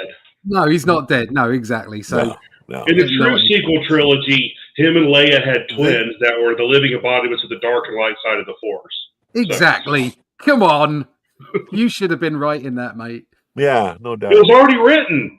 I It was called know, the Thrawn trilogy. but you should have been writing it so that you could have made the money out of it. So I'm just being nice. Oh, okay. It Well, doesn't you know what I happen found often, inter- mate. Take it. What I found fascinating is I saw a special somewhere about violence in the media, and they cited Thunderbirds and those kind of shows as some of the violent kid content in the UK. And I kept thinking, really? They were that violent? I don't remember being all that violent per se. Well, every episode had a rescue. The rescue was violent, but there were never any really, big blow up or war scenes in there. In all fairness, I don't think Scott or Virgil used any pronouns, so that might have been what upset people. Could be. Oh, I imagine. Yeah. It will also Sorry, I'm just taking a guess. You also different people have different ideas of what constitutes quote unquote violence. So yeah, I mean we had a critic in sort of I think she was in the 70s. Mary Whitehouse was her name, and she wanted to have Tom and Jerry banned.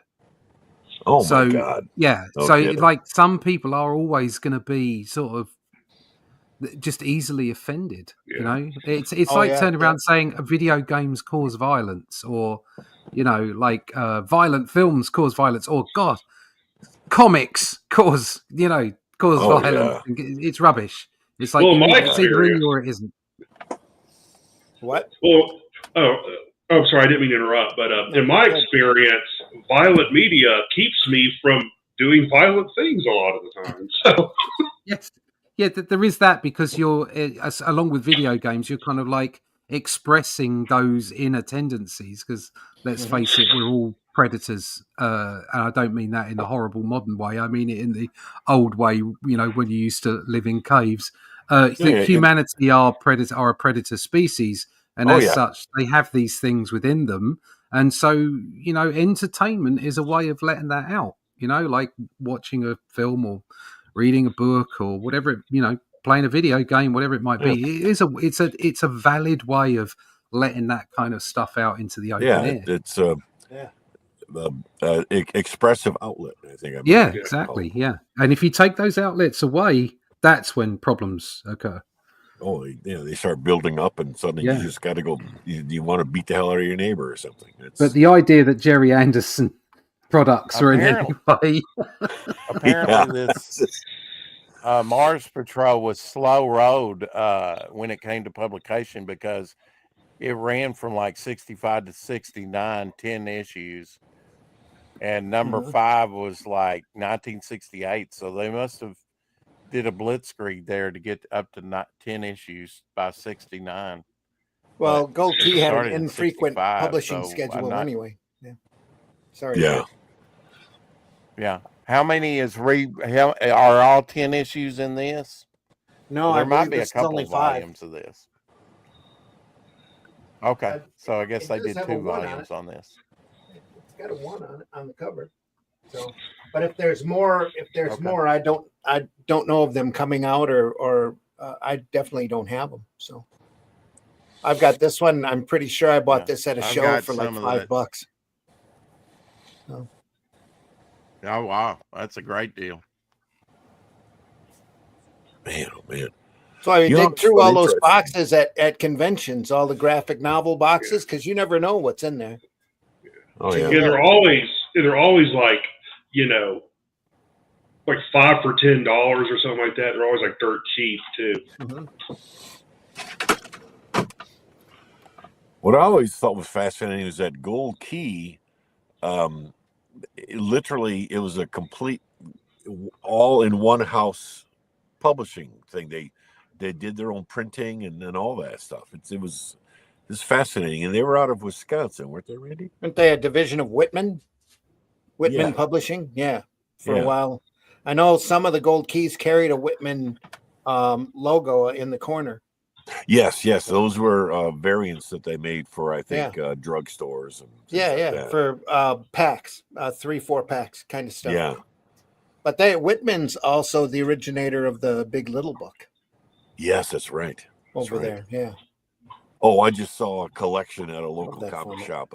A guy just got in a collection, had tons of these Big Little books, and they were in beautiful condition. Oh my Really? God, they were awesome. How many do you think he got? Oh, he had probably 30. Cool. And said they were all mint condition. I mean, the guy kept them pristine. It was just amazing. That's the big thing with the Big Little Books, is that spine, the little bit of cardboard for the square binding on the spine. That's they weren't easy to. They weren't easy to open and read without damaging them. I mean, you had to be real careful. Yeah. Oh, they had the Space Ghost one. They had Man from Uncle. I mean, they made tons of those. I've got one from 1939, The Son of Tarzan, and the numbering's like issue 1,400 and something. Well, that numbering that they started at 1,000 on that numbering, but there's a guidebook out. I mean, a big, nice, thick guidebook for Big Little Books that somebody printed a few years back. There's a lot of that format that was printed. It's just very few of it survived. Rex, did you say it was from 1939? Yeah, I think that's when they started the format, was back then. Oh man. Dick Tracy was the first Big Little Book. You know that the big little And book Dick sprang out of Tracy- the comic strips because they needed something to keep printing on those presses. So they took the little 4-panel comic strip, put one panel of the comic strip on one side, wiped out the lettering, and had some guy at their office draw over where the balloon would have been, and then they added prose on the other side of the book, so that it looked kind of like a book story that you could read and follow. Oh, But- no kidding. But they just adapted the original strip stories to start with, And comic strip stories. Wow. Nice. four color ran for, I forget, 1,300 and something issues Oh, crazy! up to the crazy early numbers, yeah. 60s. But the very first one was Dick Tracy as well. It was not numbered, but it was the very first. It was the start of that 4-color Dale series. Was Dick Tracy in the mid? And that was, was the title called 4-Color Comics or?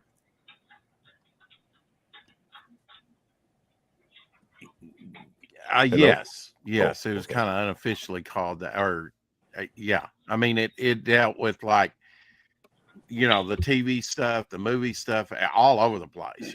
From Woody Woodpecker to Crusader Rabbit to Have Gun Will Travel, all that stuff.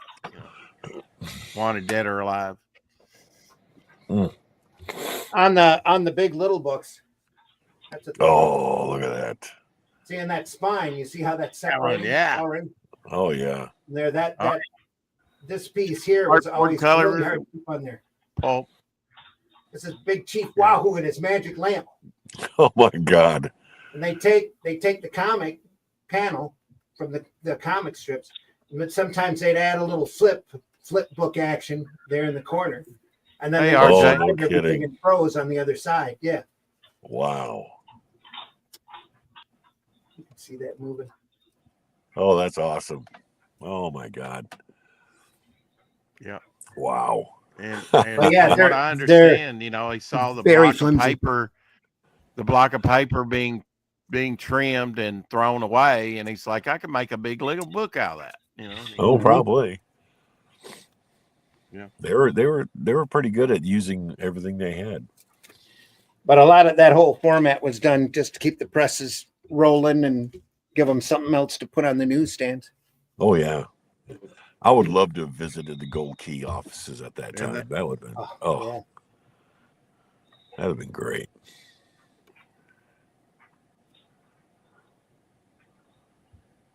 Oh, look at that. Oh, man. What is that Well, like spider you said, type Randy, symbol? this probably wasn't recolored, but on the slicker paper, the colors do look more vibrant, I suppose. Yeah, I was going to say, what is that's that probably spider the bad emblem? guys. That I think that's the bad, like a the bad crab. guy opposition. Oh, okay. Is it a crab? Yeah, on the other page it was a crab. Looks like Okay. a spider. Yeah. Oh, it does look like a crab there. Yeah. And that's the bad Crab. guy symbol, right? I'm pretty sure that's what it is. It's Yeah. a crab. I love crab. crabs. Like Cobra, but they come with butter. RJ It looks- says it looks couldn't just- let the It looks couldn't just let like the a ink dry hydra. on the drum. Yeah. Yeah, that's it exactly. Couldn't let the ink dry on the drum. They just look like Hydra agents. Oh, that's awesome. Yesterday's 4:00 shadow end early. Oh, It did, yeah. Wally woo. Oh, he's talking about your show. Okay. Yeah. Oh, that's happy, good. happy tree friends. Bring them back. Yeah. Oh, yeah. Yeah. That was This great. old stuff. That'll offend a few people. I did back when it was fresh. Yeah. Yeah. God knows what it'd do now. It'd probably give people heart attacks. Well, like the one comment just now that said, can't let the ink dry in the drum. And that was Yeah. true in terms of the printing presses. It was cheaper to keep the presses rolling so the ink wouldn't dry than to clean them off and let them sit for any length of time. It was just, that's how we got comic books. oh, yeah. Literally. It's also how we got air conditioning, because I forgot where it was, but the air was so dry and so hot that that even if you kept the printing presses running, they'd still dry out and mess up. So some engineer somewhere came up with the concept of an air conditioning unit to keep the printing room colder, so it didn't dry out as much. Oh wow. Yeah, because they dry like mid job, like in the middle of printing stuff. They would dry because it was so dry and hot where they were. I'm going to claim that as a comic win. Yeah, People need to appreciate comics more. They gave Yep. you air conditioning. There you What's wrong go. with you? That's right. You know how much newsprint was saved from being trashed? Buy my comic now. Man, oh man. Buy my book. Buy my book. Now, Randy, are these all of the Mars Patrol books in this one collection? No, I believe these are all of Wally Wood's Mars material in one collection. Oh, I see. So I don't think we're even getting the entire issue on a lot of this stuff, just individual stories. Oh, just the Wally Wood stuff. Yeah. I see. Yep. I see. Wow. Well, Wood is one of those guys you really need to keep like in print because he's done so much great stuff. Oh, absolutely. Oh, Yep. Or he did so much great stuff. He's gone now, unfortunately. look at that. Yeah, I was going to say, Agree look more. at that jet. That's just, beautiful. Say it with me, Russ. Ugh, See, I would gorgeous. have to put a speed line. Ugh. I would have Ugh. to put a slight Bloody- speed line to give it movement. But Yeah. Yeah, but he's Wally Wood. He doesn't need speed lines. Oh. Because, I mean, yeah, the renderings are just so beautiful. Jesus. Wally Wood, the Chuck Norris of comics. Yeah. I think that's just about right. That's right. If you could see Wally Wood can see you. If you can't see Wally Wood, pray for a quick death. That's a good tagline, Rex. Where'd you get that from? That's a Chuck Norris joke. I just substituted Chuck Norris for Wally Wood. Gotcha. There's also somebody else, Doug Wildy from the Johnny Quest fame. Yeah. He loved those airplanes and tanks and all that. He was just some of those renderings he did of the planes in some of those episodes were just stunning. Mm-hmm. So cool to see him on the TV screen. I've got Rio graphic novel that Wildy did. Oh yeah, Rio. I've got it around here somewhere. I've been looking for it. I haven't found it yet, but when I find it, we'll definitely do an episode on it. Oh, that would be it's awesome. He was so good. Jesus. Fantastic. I got to sit next to him once at a show in New York. No kidding. No kidding. Just Whoa. great. Yeah. Oh, that's awesome. Did he do any drawing in front of you or? No, he didn't. He was there signing though, and he had some art prints. That was right around the time that Rio was out. I do remember thanking him for Johnny Quest though. I said that shows my youth right there. Yeah. Wow. Great stuff. Did he have a sense of how much impact Quest had on us? No, I don't think any of them guys really did. That's like Alex Toth. Alex Toth hated all the stuff he did for Hanna-Barbera and would throw people off his porch if they told him that they liked the stuff. All up until the end when he was all that sick that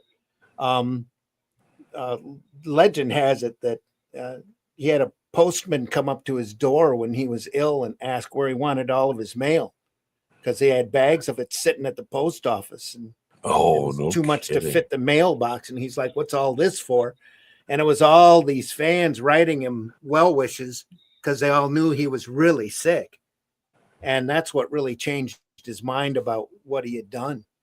Oh, no kidding. For this stuff. But that InDesign, that InDesign book that came out that Daryl McNeil did, he did it on a whim. It's just stuff sitting in his file cabinet. He told Daryl, you think you can make money off of this by making a book out of it, do it. Just There were Wow. plenty of acidic comments written on there as well. he thought it was all. Yeah, he thought it was all garbage.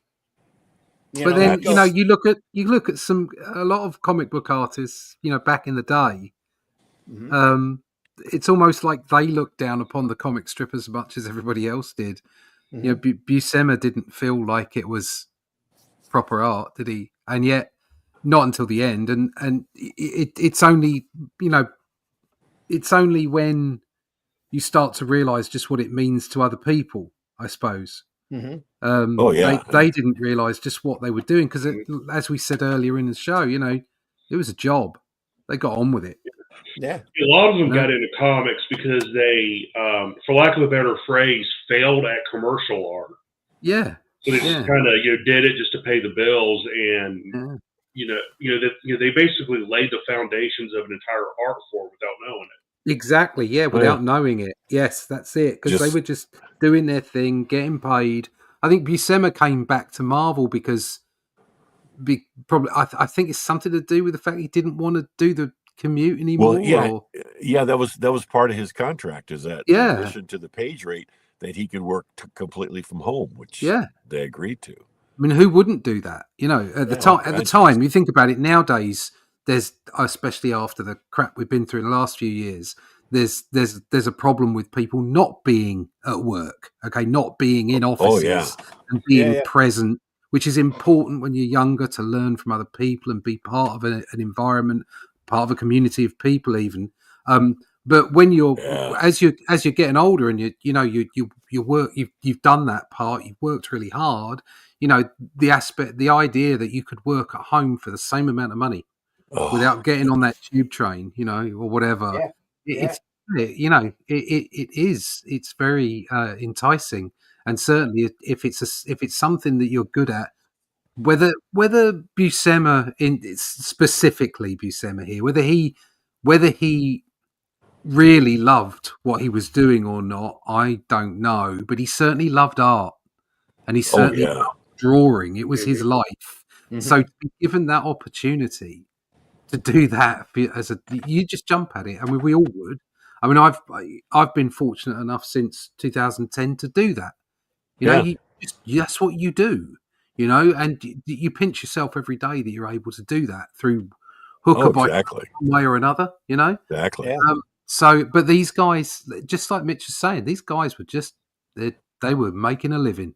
They were doing their best. They were knocking it out of the park, and they created a genre. Not a genre. What would it be? They literally created the art form. The art form. Well, yeah, but the art form was already on its way prior to them. That's true, but they refined it. I think they refined the comic book art form into Americana comic book art. I think that's what they did.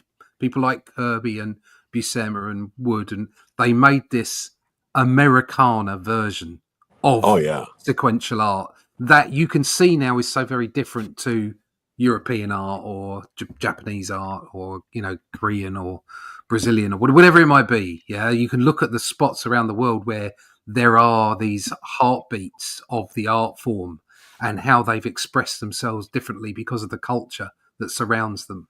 And you've got to be thankful for that, because it's something that inspired me as a kid. So, and it inspired so many other people. And just like you were saying with Toth, they sometimes just don't realize it. They're grumpy. they're doing their thing. They got to get up in the morning and do it. Even if it's something they love. I mean, I love what I do, but it is a job. It is, it's something I have to get up every day and do. I saw a video the other day of somebody talking about comics and like, oh, well, some days, you're just not feeling it. And it's like, no, if you're doing it all the time, you haven't got that choice. You have to feel it. You have to get up and make it happen. So there's always going to be that grumpy aspect to it. But I think when you finally find out that, it's inspired people in the way that those guys did. I mean, just from my perspective, my small little area, my small little tiny life and career, okay, compared to these giants, if somebody walks up to me at a convention or emails me or does a review and says, look, do you know what? I really like that. It means the world. Oh, sure. It's that extra icing on the cake you just don't expect or just sometimes don't always get. Yeah. I have an interesting thing that I heard about Buscema is that I was at a Who? convention. What's that? You heard Buscema. it in Buscema? Go ahead. Yeah. Yeah. Well, I was at a convention and I had dinner with Tom DeFalco, and I was asking him about Buscema and such, and he told me that the thing that most people don't realize about Buscema, and Tom would know since he spent so much time with him, he said Buscema was essentially, more than anything, he was a storyteller. Yeah. Not an artist, but a storyteller. Yeah. And he said, and of course, it didn't hurt that he could draw the hell out of anything. Yeah. But he said that's why he could crank out everything he cranked out, because he loved to tell stories. He loved that storytelling process.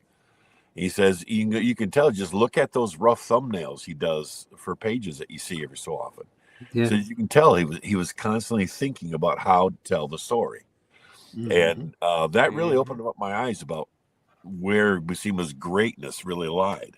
It's not just his ability to draw, but his ability to tell the story. Exactly. That's exactly it. And that's what I think a lot of people miss, especially if they see comic books as a stepping stone in a career. Oh yeah. If you just see comic books as, all right, okay, it's an art job, I'm going to get in here, and that'll mean that I can go off and do games or TV or storyboards, which are different to sequential art. I've done both. I know there's other people who have done both. They are a different thing. Okay, they have some of the same skill sets. There's no doubt about it. But if you're just looking at it as a stepping stone, then I don't think you truly immerse yourself in the art of sequential art. Oh yeah. The whole point is to tell a story. You are a storyteller before anything else. So yeah, make your pages look cool, because cool helps sell a book. But at the end of the day, people are there they're there for the story.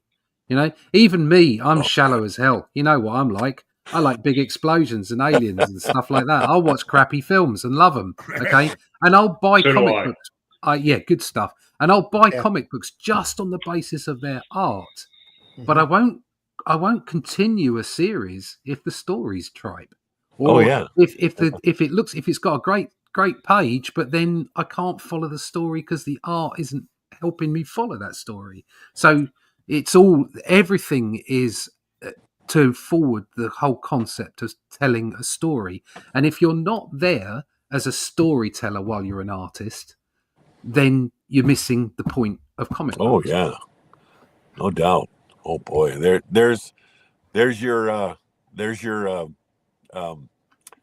riding the missile, Dr. Strangelove. Yeehaw! Here we go again. But Superman did that. Captain Marvel did that back in the Golden Age. They were riding down the bombs to bomb. I think Batman and Robin did too. I think I'm sure you're right. Yeah. I don't know. Ask him. He's here. Yeah, I saw Superman is the cover to Superman #6. He's riding the bomb down. Yeah. On the cover. We almost got that in the first Avengers film, but Tony Stark was under the missile instead of on top. So that would be awesome if he'd done that. Well, that bottom left page. James Bond, very big at this time. Very big at this time. James Bond. Sean Connery, I would imagine. Yeah. You got that spy element. Yep. Yeah. Hey, Randy, that bottom left-hand page, the bottom of the left page there, the two figures, it's just awesome. The one green frogman, the way he's ducking the missile, and the red guy getting hit. That's just, the action is wonderful. Oh my God. Yeah, I'm still trying to wonder why. If you've ever seen a missile go underwater, it's pretty slow. So I'm kind of wondering why that guy didn't just dive out of the way. It makes you wonder. These are just comic book logic. Just go with us on it. Yep. Don't question it. So good though, man. Of course, this all reminds me of the Frogmen episode of Johnny Quest. Speaking of Speaking of straddling, here's a cover Mhm. from World's Finest. That's awesome. Yeah. Oh my god. That's so good. Yeah. Look at my gun. Robin, let's go kill some people. Shoot it, baby. Shoot it. It's a Got it. real yeah moment right there. Beep, beep, beep. Yeah. Ready, set, I have ejaculate. issue 6 right here by me. Issue 6 of World's Finest. Yeah. And Cool. really, if you think about it, it wasn't called World Finest for its first 2 issues. So issue World's 6 Fair is really Comics. the 4th issue, and issue 7 that you just showed. Yeah, issue 7 that you just showed was actually the 5th issue that had that title, because the first 2 were called something else, and then they were afraid of getting sued, so they changed it to World Finest Comics. Thought It was like World's World's Fair or Comics. Fair. Yeah. It was World's Fair Comics for the World's Fair that was going on in New York. Yeah, Oh, right? no kidding. Yeah. Didn't know That's- that. I think I it think was the called first- America's Best or something for those first 2 issues. I think that was a different title. I could be wrong, Rex. Man, Pretty sure it was World's Fair Comics that they turned into I'll World's look it up. Finest. Yeah. Just grab it over streets. It'll tell you. Yeah, they did do that too. And Superman had blonde hair in that. First appearance of the Sandman. Oh, no kidding. Yeah. And so he had a Fabio thing going, huh? That was Sandman with the gas gun and the gas mask. Sandman. Yeah, Wesley Dodds. Yeah. There you go.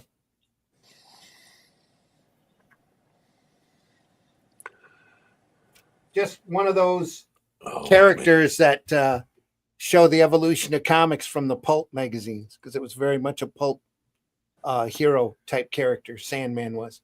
So is Crimson Avenger to start with. Very much akin to the Shadow. Yeah. Well, Shadow or the Batman Spider. himself is essentially, as much as I love Batman, he's still essentially just a cheap knockoff of the Shadow anyway. The Shadow and another character called Black Bat that they had during that period. That Black Bat's in public domain already. But yeah, Black Bat actually is closer to Daredevil. He was a guy who was blind and could see from a radar sense and heightened senses. Oh, no kidding. Yeah, nothing ever original in comics, folks. It's all derivatives of something that's gone before, pretty much. Saying that Batman was a cheap knockoff of the Shadow? And they admit it I'm too. not so Robinson has I'm admitted so sure that. about that.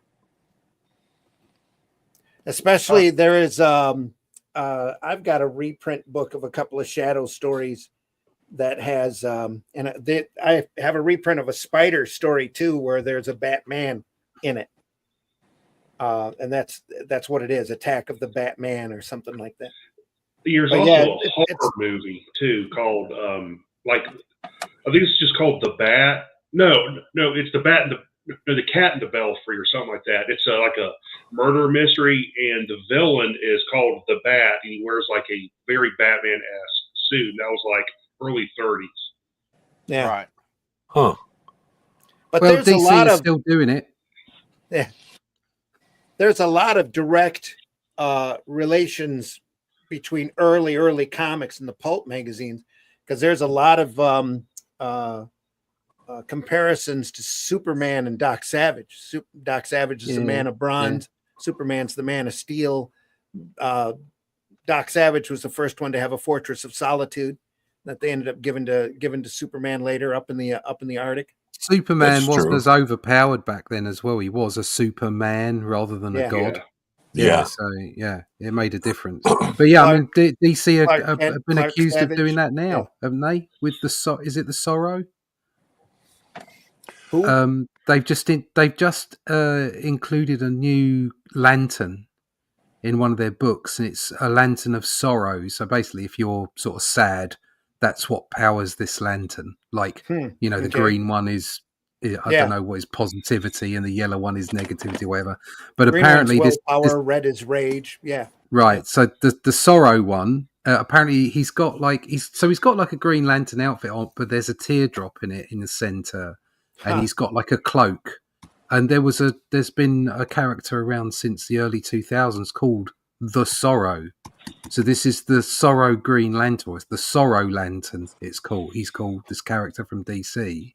Weird. But the Sorrow, who looks very like him, was a character from like early 2000s and has been around for a while. Apparently did some charity books for kids charities as well. So it's like, oh dear, DC. I think you may have been caught out. No, that's not the they've first time made they've done that either. They've made Green Lantern so complicated. You know, the whole lore. It's just, I can't keep up with it anymore. All of it's all muddled anymore because of the corporate comics letting these idiots run rampant with the legends, with ruining it all. Yeah. Stick to the canon, please. Stick to the canon, and everything will be just it was so fine. simpler when it was just Green Lantern. Then you had Sinestro kind of create like the yellow, because yellow is Green Lantern's weakness. But now it's like there's different lanterns and different like emotions that behind them. It's like, geez, just have Green Lantern fighting a villain. Yeah. Please, just World's Finest Comics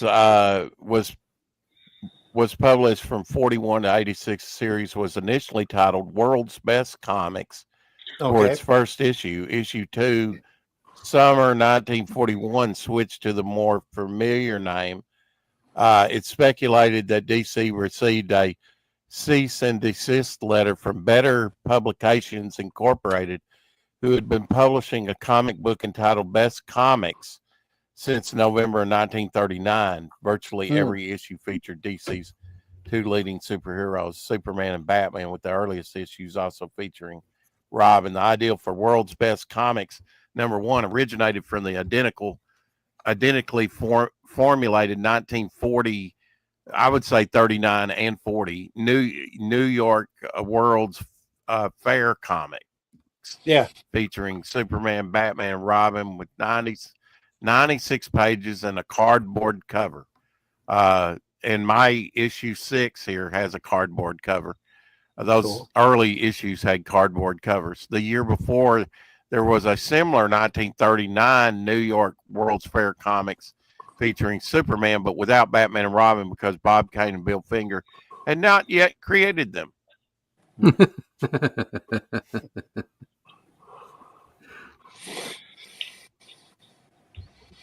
Only a few more pages here left to go. Lots of war. Bang sis.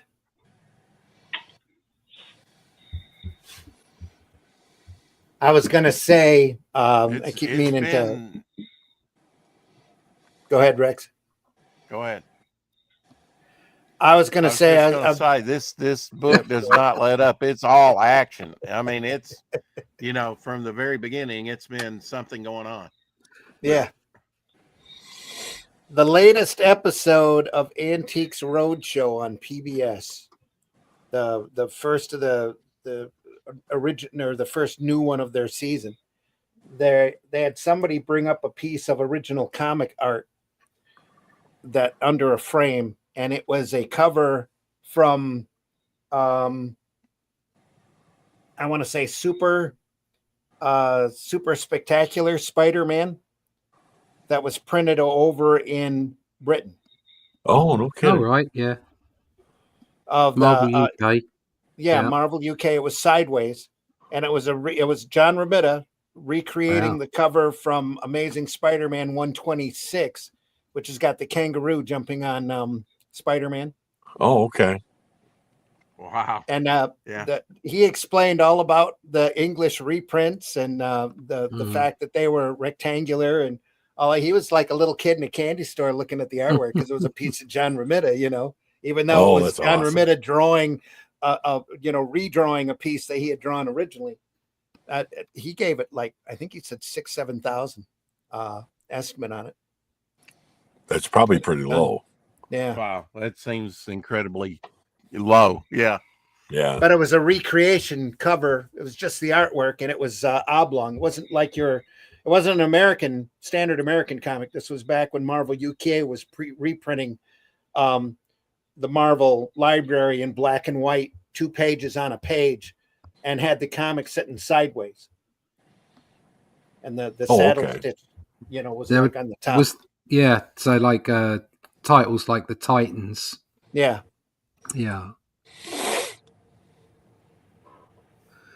But that Well, would be when it awesome comes to to have see some original art or production pieces like that, anything prior to 1982, they destroyed it, shredded it, burned it. It wasn't considered that valuable. Well, I remember going to shows, Collectible. stacks and stacks sitting on a table, $35 a piece. Oh, I know. God. All sorts of people, Herb Trimpe and George Tuska, and we're talking stacks 2 feet high. Oh yeah, easy. I remember seeing those, and why I didn't scoop those up, I have no idea. Tons of nobody knew what this stuff was going to be worth back then. Yeah. Really makes me sick thinking about all the original art that I've had and sold over the years that I should have hung on to. Ugh. Anyway. No doubt. Oh, real quick, Randy, flip back, would you? The left-hand page, the tall panel to the left corner, that rendering of that figure with the clothing and the use of shadows, that's just stunning. Yeah. It's gorgeous, that. Oh yeah, Wood was amazing with light and dark. Oh, shadows and everything. No doubt. No doubt. Oh, just wanted to point that out so anybody didn't catch that. Yeah. Just so good. We're going to start looking at the weird sciences here in a few months or so, I think. No. That's got a lot of Wood in it. Oh, his EC work was just mind-blowing. Oh my God. Crazy good stuff.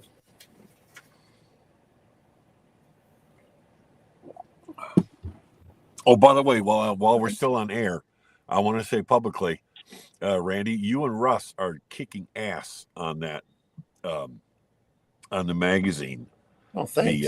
Thank you. Atlantean? Oh God, yeah. Yeah. That is so just, Atlantean. it's looking just great. Appreciate it. Yeah, cheers. We're very pleased with it. It's turning some heads. We're getting some people interested, which is really good. We just want to tell stories. That's it exactly. And shit.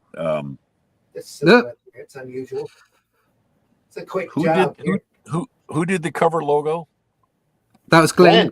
That's Glenn did the cover logo. Yeah, when you see him, I know he's not here today, but oh, tell him I just think that's just a stunning logo. Yeah, it is a great logo. Yeah, it's a great logo. Say on the interior pages, it's the fully illustrated one. So he did a fully illustrated logo, and then on the front cover, for recognition, I whited out the text and just had the outlines of it. But on the inside pages, you get to see the illustrator, which he's just done a cracking job. Oh yeah, man. I love the fact he didn't put any crossbars in the A's, so it looks even more. More like ruins or something. Yeah, it's really nice. Yeah, he did the Brazilian one for the Shadow Kingdom as well. They didn't need him to change much on the Atlantean one for Brazil. Wow. But he did a grand job. Yeah, but it's Russ, the whole. That's you doing that inside. It's me on the inside, and the front cover are my pencils. So I do an ink version on the inside front cover, and then I get a painter. I get a digital painter to do the painted version on the front. Oh yeah! Wow. But we're pleased. People are loving it. They're saying it's and got the Savage Sword of Conan vibe, which is exactly what we wanted to do. So no doubt. Who did the cover for you on that? I know Ink Spots is doing has done the second one, but who did the first one? Marcos Freire He works a lot with our Brazilian Okay. publisher, Red Dragon. So I don't know who's going to go on the third one, but I am on the lookout for an artist now.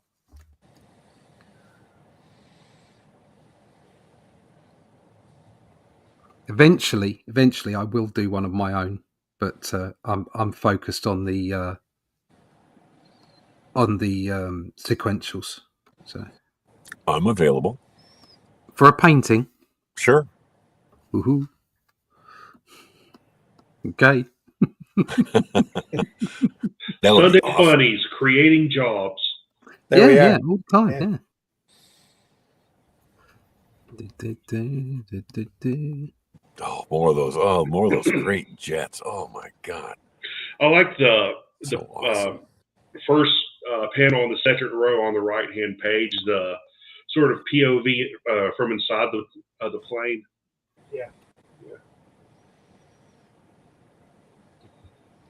Great stuff. Yeah, I often wonder, these people saw combat. A lot of the artists did, like Joe Kubert and even Yeah. some of the writers and stuff. And they really knew their equipment, and just Joe Kubert would, have that back section in the war books at DC showing the equipment. That's just lost on people today. They wouldn't know how to render a jet or a plane, hardly. No, what they do Or, is they go just straight have a soldier to look right. yeah, they'll go straight to the 3D library, Yeah. Yeah. which is why you're finding artwork look more illustrative and less sequential, less movement. It's the same thing I say all the time to people, to artists. There is nothing wrong with having 3D models of stuff. There is nothing God, no. wrong with tracing, okay, at the right moments. But when you're planning and you're drawing for sequential art, you need to know, you need to have a library of stuff in your head and know how to position it in the scene that you're creating to further the story and generate dynamics. Oh, and absolutely. if all you do Absolutely. is rely on 3D models and tracing, your sequential art will never be interesting. Oh, exactly. Yep. You've got to plan it out long before the rendering happens. You got Exactly. And it's not just a matter of thumbnails. When you're sketching, you must know how to place the things within that 3D environment and make them exciting. Then you can go get your 3D models if you want to and put them in the right place and turn them around and maybe trace them if you want to. Fine, okay. Yeah. But you must generate that three-dimensionality yourself. Oh, yeah. Otherwise, Yeah. everything ends up flat and it becomes a boring book to read through. So Yeah. As long as you're not tracing someone else's work, it's okay. that as well. Yeah. I mean, that's an absolute no. Swipes are. I think back in the day when you had artists that we all look up to doing the occasional swipe, I don't have a problem with that because those guys were knocking it out at a rate of knots. Mm-hmm. And so what the hell, especially if it's from work from the same publisher, it's all owned by the publisher. What does it matter? I'm sure they asked beforehand. I'm sorry to interrupt, but yeah, no, you're right. They probably did ask, but even if they didn't, from their perspective, as I was saying earlier, it's a job. They were getting the job done. Yeah. And so if a publisher owns some panels and you're going to trace them or copy them or whatever, so what? It doesn't matter, because that's the way they saw what they were doing. It was a job. They were getting it done. But at the same time, they would never have done that if it didn't work in the story. So there's no point in tracing a 3D model because that's the only one you can get hold of. And if you haven't been able to move it and then make your scene work around the 3D model, you've got to thought your scene up first. So, sorry, Scott, not just that, but back then, especially back during the 60s, 70s, and 80s, you had editors up there in the offices who knew the business and cared. And they would stop somebody if they caught them doing a swipe and they knew it was a swipe. They'd send it back to them and tell them to redraw it. Yeah, do your job. and they weren't afraid to do that. Yeah. Nowadays, they just exactly. let everything slide and see who catches what, or they just don't know enough to care. Yeah. Yeah. Well, I was going to say that the thing is, like John Buscema, he would occasionally you'd see him take from Kirby, but that was Yeah. only because there were only sequences like Stan would say, "Oh, here's the origin of the FF or whatever," Yeah. and he would give him Kirby references, and Buscema on a deadline and doing 100 pages a month or whatever, he just Exactly. simply Yeah. took that same sequence, just simply redrew it in his own Yeah. style. And damn it, we'd all do exactly the same thing. Yes. Oh yeah. So That's why it it's wasn't important. as if Yeah. Sorry. the swipes by these guys were any Yeah. way of they weren't trying to rip off somebody else's stuff. They No. were doing it for the sake of expediency. Exactly, because it's a job. Yeah. So and we must like I was saying. I made it very clear. This is not to demonize anybody who uses 3D models or traces occasionally. Neil Adams was the guy that said, if any artist tells you he's never traced, he's lying. Yeah. Okay, I'm paraphrasing, but that's effectively the job, because you've got to get stuff done. And when you're a commercial artist, you have to get stuff done. Oh yeah. The reason exactly. that you can choose the right thing to trace or choose the right 3D model is because of the skill sets that you have and what you've built up over your professional career. Oh yeah. The point being is that artists that are starting out, they shouldn't let the tools decide how they create their stories. Oh, exactly. So, that's why I say just don't rely on it. It's a tool, but don't rely on it. You should be generating your own scenery and your own flow of story within your own mind, because otherwise you'll miss the dynamics of sequential art. Oh yeah, definitely. Look at this. Definitely. Look at this last page. Take a close look at it. Oh yeah. This is the Wallywood I remembered back in the 80s and 90s, back as his eyesight was going and he wasn't inking quite up to what he used to do. You could tell this page here is pretty rushed. Yeah. There's not a lot going on, is there? Yeah. Even on the two previous pages, it looked like there was a lot less on there. That's why I went back. I was looking at the whole story. The whole story looks a little quicker done than it's not quite as you've got some points here, some populated. little hints of wood here, and then other hints that either he had an apprentice going over it or he was really tight on a deadline that he was trying to make. More than likely it was a deadline stuff. But yeah, that last page really shines out to me. It reminds me a lot of the work he did for DC when he came back and was just inking. Oh yeah. Like on All-Star Comics and Stalker, that kind of material. Yeah, that was my first comic that I remember, Stalker. Yeah. Wow. Well, look at that was Wally Wood and Steve Ditko, wasn't it? It was. Yeah. Yeah, I think so. Steve Ditko, yeah. Mars Patrol, Total War, folks. God, love Brought it. to you by Dark Horse. I'm pretty sure there are still copies over on Amazon if you look, or eBay maybe. But it was done almost 20 years ago, or over 20 years ago, 2004, I think. 2008, 2004. So this was done 20 years ago. So it's probably out of print. But it's great wood, great workhorse wood. It's fantastic stuff. Apex is in the house. I think they great art. Go ahead. think they came out with hardback editions of this stuff as well. Oh yeah, they probably did. Black Bat, Batman were released about the same time. Hi to everybody. Apex says, great Rex. Geez, Rex, let them talk. That's Rex is on a slight delay, folks. It's not really his fault. Do you have any Bob Oxner comics to show? I've got a few romance books I keep meaning to get to. Just haven't done yet. We looked at romance. Sinister House of Secret Love. Oh yeah, a Sunday or two ago with Alex Toth in it. Great stuff. But Oxner, I've got some stuff. We just haven't pulled them out yet. Aha, HR says. Trying to catch up here. Painting for a cover, yes.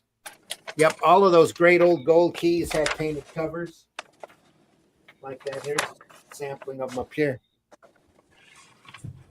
Great old stuff. Sarah says, I always listen closely to you, Russ. You word things so greatly, much appreciated.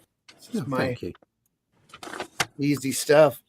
Providing free art lessons in these streams. That's the idea, Sarah. Yep, that's why we love doing this. Michael Hart says, I used to collect Savage Sword in the 70s, and it does remind me of that in a good way. Thank you so much. Fabulous. Thank you. It's exactly what we love to hear. Wally Wood said something similar. Yep, great. Yeah, he liked our book too. No, just kidding. Yeah. Great show as always. Thank you, Sarah, very much. HR has a little thumbs up working there. We deeply appreciate everybody stopping by. This was Mars Patrol, Total War again, Dark Horse Collection archived off of original Gold Key work. We'll look at some more old Gold Key stuff this year. There's a lot more to come. So we do this every Sunday morning at 9 a.m., the Sunday Funnies. And we also have a show on Fridays called Comics by Night that we do Friday morning at 5 a.m. Eastern Standard Time. And we're archived over at the Russ Leach's Comic Book Black Belt YouTube channel, my Randy Zim YouTube channel, and Indie Comics Network has us archived, all the Sunday Funnies and all of the Comics by Night. So, and we've looked through a lot of great material like this. This Friday, we're going to continue looking at the Inkle. No, that's by awesome. Jodorowsky and Mobius. We got about 2/3 of the way through the first book, and there's 3 books total. So there's a lot of great Mobius weirdness to come. Yeah, that's some of their best work, both of them. It's just classic sequential art, folks. That's what we love looking at. That's Comics by Night, 5 a.m. on Fridays, or watch us archived. We know the majority of our viewership watches us after the fact anyway, because nobody wants to get up at the hours that we get up at. But we deeply appreciate you stopping by whenever you watch us. And if you enjoyed this program, please make sure you tell your friends. Scott, are you available? Looks like your camera's got blocked. Oh, wait, yeah, hang on. Actually, Batman's available. Batman, tell us how they can find you. I'm in the Batcave. You can't know where it's at. All right, great. You can find me over on my Facebook page as normal. I usually check in there at least once a day, if not more often, and working on getting back into doing big time comics. And as opposed to little time rumors, comics. I might be doing a painting or something. Who knows? Who knows? Hey, yeah. You've been doing some great sketching on your Facebook page too. Oh, I appreciate that. Yeah, there's gonna be more of that coming too. I'm getting the camera setup fixed, so that'll be fun. I'll start doodling online. Let's put it that way. There you go. That'll be fun. That'll be fun to do more of that. Yeah, Mitch. Appreciate it. Yeah. Appreciate you being here, Scott. Mitch, thanks for stopping by. Tell folks how they can find you, please. You can find me at Linktree/Celtic Cross Studios, where you can find my my online store, my website, any con appearances I have planned, which I'll have you playing soon. But yeah, my web comics, and keep a lookout for my new campaign, which should be ready to launch by the end of this month, for my collection of short stories called the Flesh and Blood Collection. Some horror, gory goodness. Oh, I love it. You've been putting some sketches up on Facebook as well. lately, Yeah. huh? Yeah, I did a work in progress for the cover to the Flesh and Blood Collection. So Yeah. Rex, tell folks how they can find you. You can Please. find me right here, Jonesboro, Arkansas, daily on YouTube under Devil Flyer Momentum. Check us out. I think we just hit what we hit 451 subscribers. Yoo-hoo. Thank you, everyone. Awesome. Good for you. Campaign Ashcan available over on Indiegogo. Devil Flyer Ashcan now available over there on Indiegogo. The main book over on Fund My Comic. Get you some free artwork with your purchase. want to show you guys this. You probably not seen this. Jack Kirby Lone Ranger, unopened with the game from the 70s. Oh, no Man, kidding. Cool. good stuff. That's Yeah. awesome. I mean, have you ever seen Jack Kirby Lone Ranger? This is that book that I was mentioning there. Big Little Book, 1939. Son Yeah. of Tarzan. Sweet. The better little book.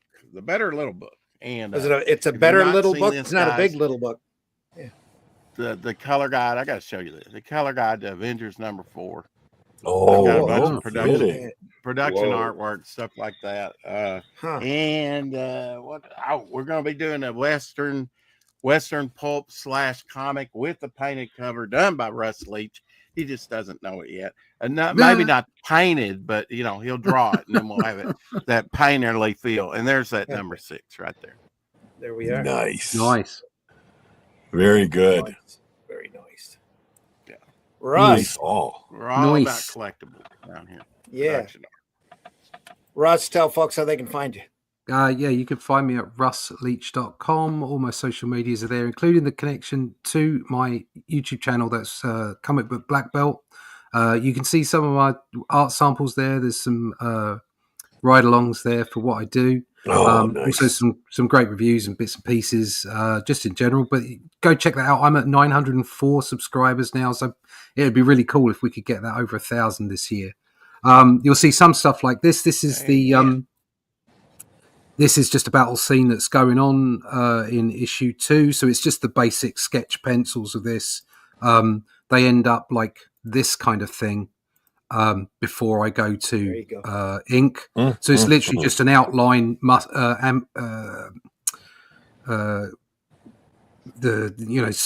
figure drawing structure of the scene and what have you, with a little bit of lighting bopped on it. And that way I can use that as a base to then put my inks over the top. So that's the kind of stuff you're going to see. Obviously, wait a second, Russ. I hate to interrupt, but you're using that little bit of a grayscale to indicate where you're going to have blacks?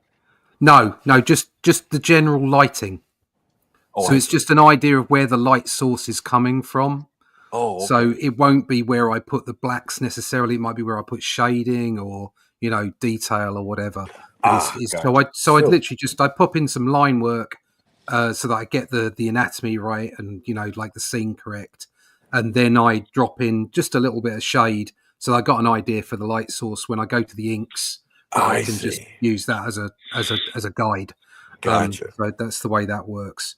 So that kind of Very stuff, cool. if you like that, Sword and Sorcery. Obviously, the Atlantean over there, issue 1, out at retail now. The inks end up looking something like this. There you go, like that kind of stuff. Oh, yeah. That's what it ends up looking like. You like that kind of stuff, go check out russleach.com, sign up for the email list there so that I can keep you all up to date about when the next issue is coming. It'll go to crowdfunding first, then on to retail. That's the way this works. Also out with digital versions after that. So check it out. Get yourself signed up to the email list at russleach.com. Okay. Excellent. Right. And folks, I've been your host, Randy Zimmerman. You can find my work over at Arrow Comics. We're also available over on Amazon, Barnes & Noble, any place where books are obtainable. You can catch Atlantean 1 now over there, as well as the Shadow Kingdom. And quite frankly, can't recommend them highly enough. So other than that, there's more stuff on the way. You can always contact me over on Facebook, or I do show up at X maybe once a week if I'm lucky. So, just to see what's going on over there. Folks, we deeply appreciate you being here today. We are so happy you stopped by. If you enjoyed this program, tell other folks. We could use all the eyes on us that we possibly can.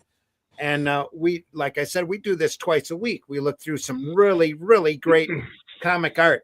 And coming up, I can tell you next week is probably P. Craig Russell. Oh, no kidding. Next Sunday. At, is it fairy tales or Greek mythology stuff? I got this beat up book. I'd have to show you. I think I rescued it from a fire. Wow, look at that. God. Music was cool.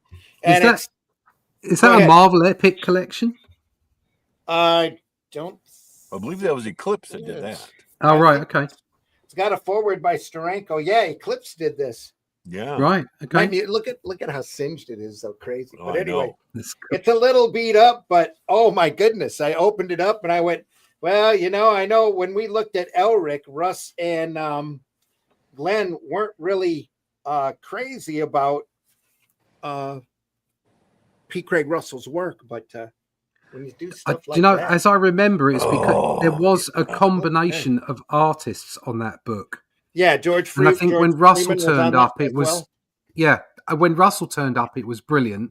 And when it was turned the other way round, somebody else was inking and coloring, Yeah. or he was inking I and coloring. think it was Michael T. Gilbert. Yeah. Michael T. Yes. Gilbert did some of that half work, of the I think. yeah, half of the book was stellar, and the other. I mean, look at that. I've got no Mhm. complaints with that. Do you know Yeah. what? That reminds me a little bit of Gil Kane, on that spread. It does. Yep. That's because Yeah. of that up the nose shot. Yeah. Yeah, up your nose. Oh yeah. Anyway, The nose. Do more P. cocaine. Craig folks. Russell, Night Music 1, even though the book is the cover is a little singed, it's got that back cover. Holy crap. Oh, just It's got some stunning. great artwork in it. Lovely, We'll look lovely at that stuff. next week. Yeah, he And did then some after- great fantasy work. Oh, yeah. His opera adaptions are unmatchable. I'm telling Also, his fairy tale and Greek mythology. Also, you. Mhm. I think Some him and Yes. fantastic yeah, work. didn't him and Neil Gaiman do like Norse mythology recently? I think so. They Yeah, I did, haven't yes. seen that I believe book, though. so. Yeah. Again, folks, thanks so much for stopping by. Look at our previous episodes in those archives. Like I mentioned, go visit your local retailer. This is January. It's a very thin month for them. Look at those boxes, especially those back issue boxes, if they have them. Go through those old black and white magazines. There's some phenomenal, great art just waiting for you to discover there. Even if you don't like the modern comics, look at the older stuff. See if they've got back issues or the collections or whatever. But do go visit your local retailer and give him some of your money and get some great comics. I will be at the Great Lakes Comic Con here in a couple of weeks down at Macomb County College. Are you going to be there, Scott? Well, I'm not going to be I might just be there to visit as opposed to being set up. But that'd It's be the fun. first time he's done a 3-day show down there. Oh, really? Yeah, Wow. he plans on being pretty large. I think Sam Jones is going to be there. Flash, Oh, no kidding. no kidding. Well, I do my best to go down there and loiter about. You're always welcome behind my table. You bet. You need Awesome, to thanks. if you need to have a place to sit and relax. So, folks, I'll be at the not Grand Rapids. I'll be at the Great Lakes Comic Con down at Macomb College in February. I'll be at the Grand Rapids Con that's held in Kalamazoo of all places in April as well, as long as I get invited. And we'll see you there. Hopefully, stop by, get some Arrow comics. So I think that's it. Buy alternative and independent comics, especially ours. Go over to fundmycomic.com. Take a look at those great campaigns over there. Glenn has Hatch annotated over there. We're going to have Atlantean 2 available over at fundmycomic.com this March. And it's going to be great. And if you haven't read those books before, you will also have an opportunity to get a version of Atlantean 1 and a version of Shadow Kingdom in that campaign. So looking forward to that going off and getting underway. I'm currently writing the script for Atlantean 3 right now. A little bit of caves and lots of ruins and just Awesome. Oh, I'll get a ruined this one. monsters, all sorts Ruined, of Brian. stuff. Ruined. Ruined. So looking forward to that and working on a few other things as well. So Rex is showing Batman off says a copy goodbye. of Blazing Combat there. Look at that. That's classic stuff. Yeah, Oh, Frank Frazetta. Love it. Yeah. Love it. Love Good it. stuff love all around. You never know what you're going to find till you open up those covers. And if you've got comics out there that anytime that you're ticked off at the way the modern market is, or you think that modern comics are crappy, go back and look through your collection and remind yourself why this stuff is so great, because it is great. And talk positively about comics when you're online instead of trolling and trying to tear everybody else down. why not talk positively about the stuff that you love? Yeah, You know, and exactly. just ignore that other crap. That 3/4 of that stuff is made for you to get mad at anyway. That's how they think they get your attention. Yeah. So that's why the Disney Plus is scratching their head, wondering why nobody's watching Star Wars anymore, because they've done enough of that crap for people not to care about it anymore. So, and we don't want comics to get to that point. There's so much great material out there just waiting for you to read, to find and discover and enjoy. And that's what entertainment's all about. So go out there and be positive about this fantastic art form that we're in, and promote those sites that promote comics positively. So, and we do as much of that as we possibly can here on the Indie Comics Network and on these programs. That's why we love looking through this stuff. We're not monetized for this. We don't get paid to do this, but we do it because it inspires us. It gets us a chance to share our views with everyone. And if you learn something along the way, even better. That's why we do this. Yeah. There's August. Talk about classic Arrow anthology. Yeah. Don't forget to do videos about your process, Russ. Marv says. Gotta go. Yes, we gotta go, HR. Thanks so much, everybody, for stopping around. On our way out the door, we should probably remind you of the immortal words of, he said, scrolling upwards, of one Groucho Marx, who said, if you find it hard to laugh at yourself, I'd be happy to do it for you.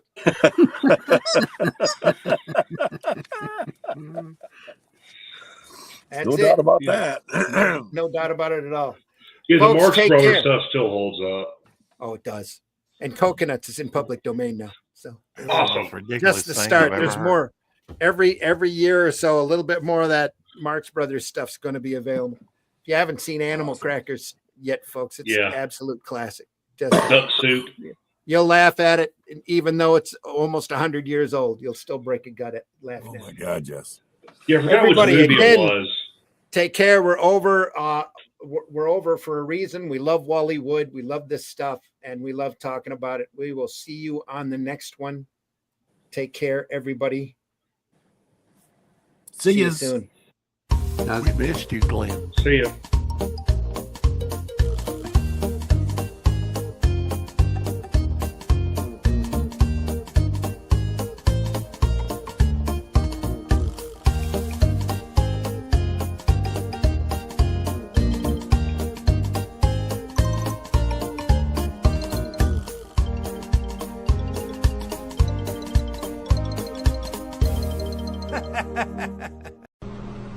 Can I pet that dog? No. Can I pet that dog? No. Can I pet that dog? No, he's Can I sleeping. pet that dog? Taste the biscuit. Taste the goodness of the biscuit. Taste the honey sauce. Taste the good.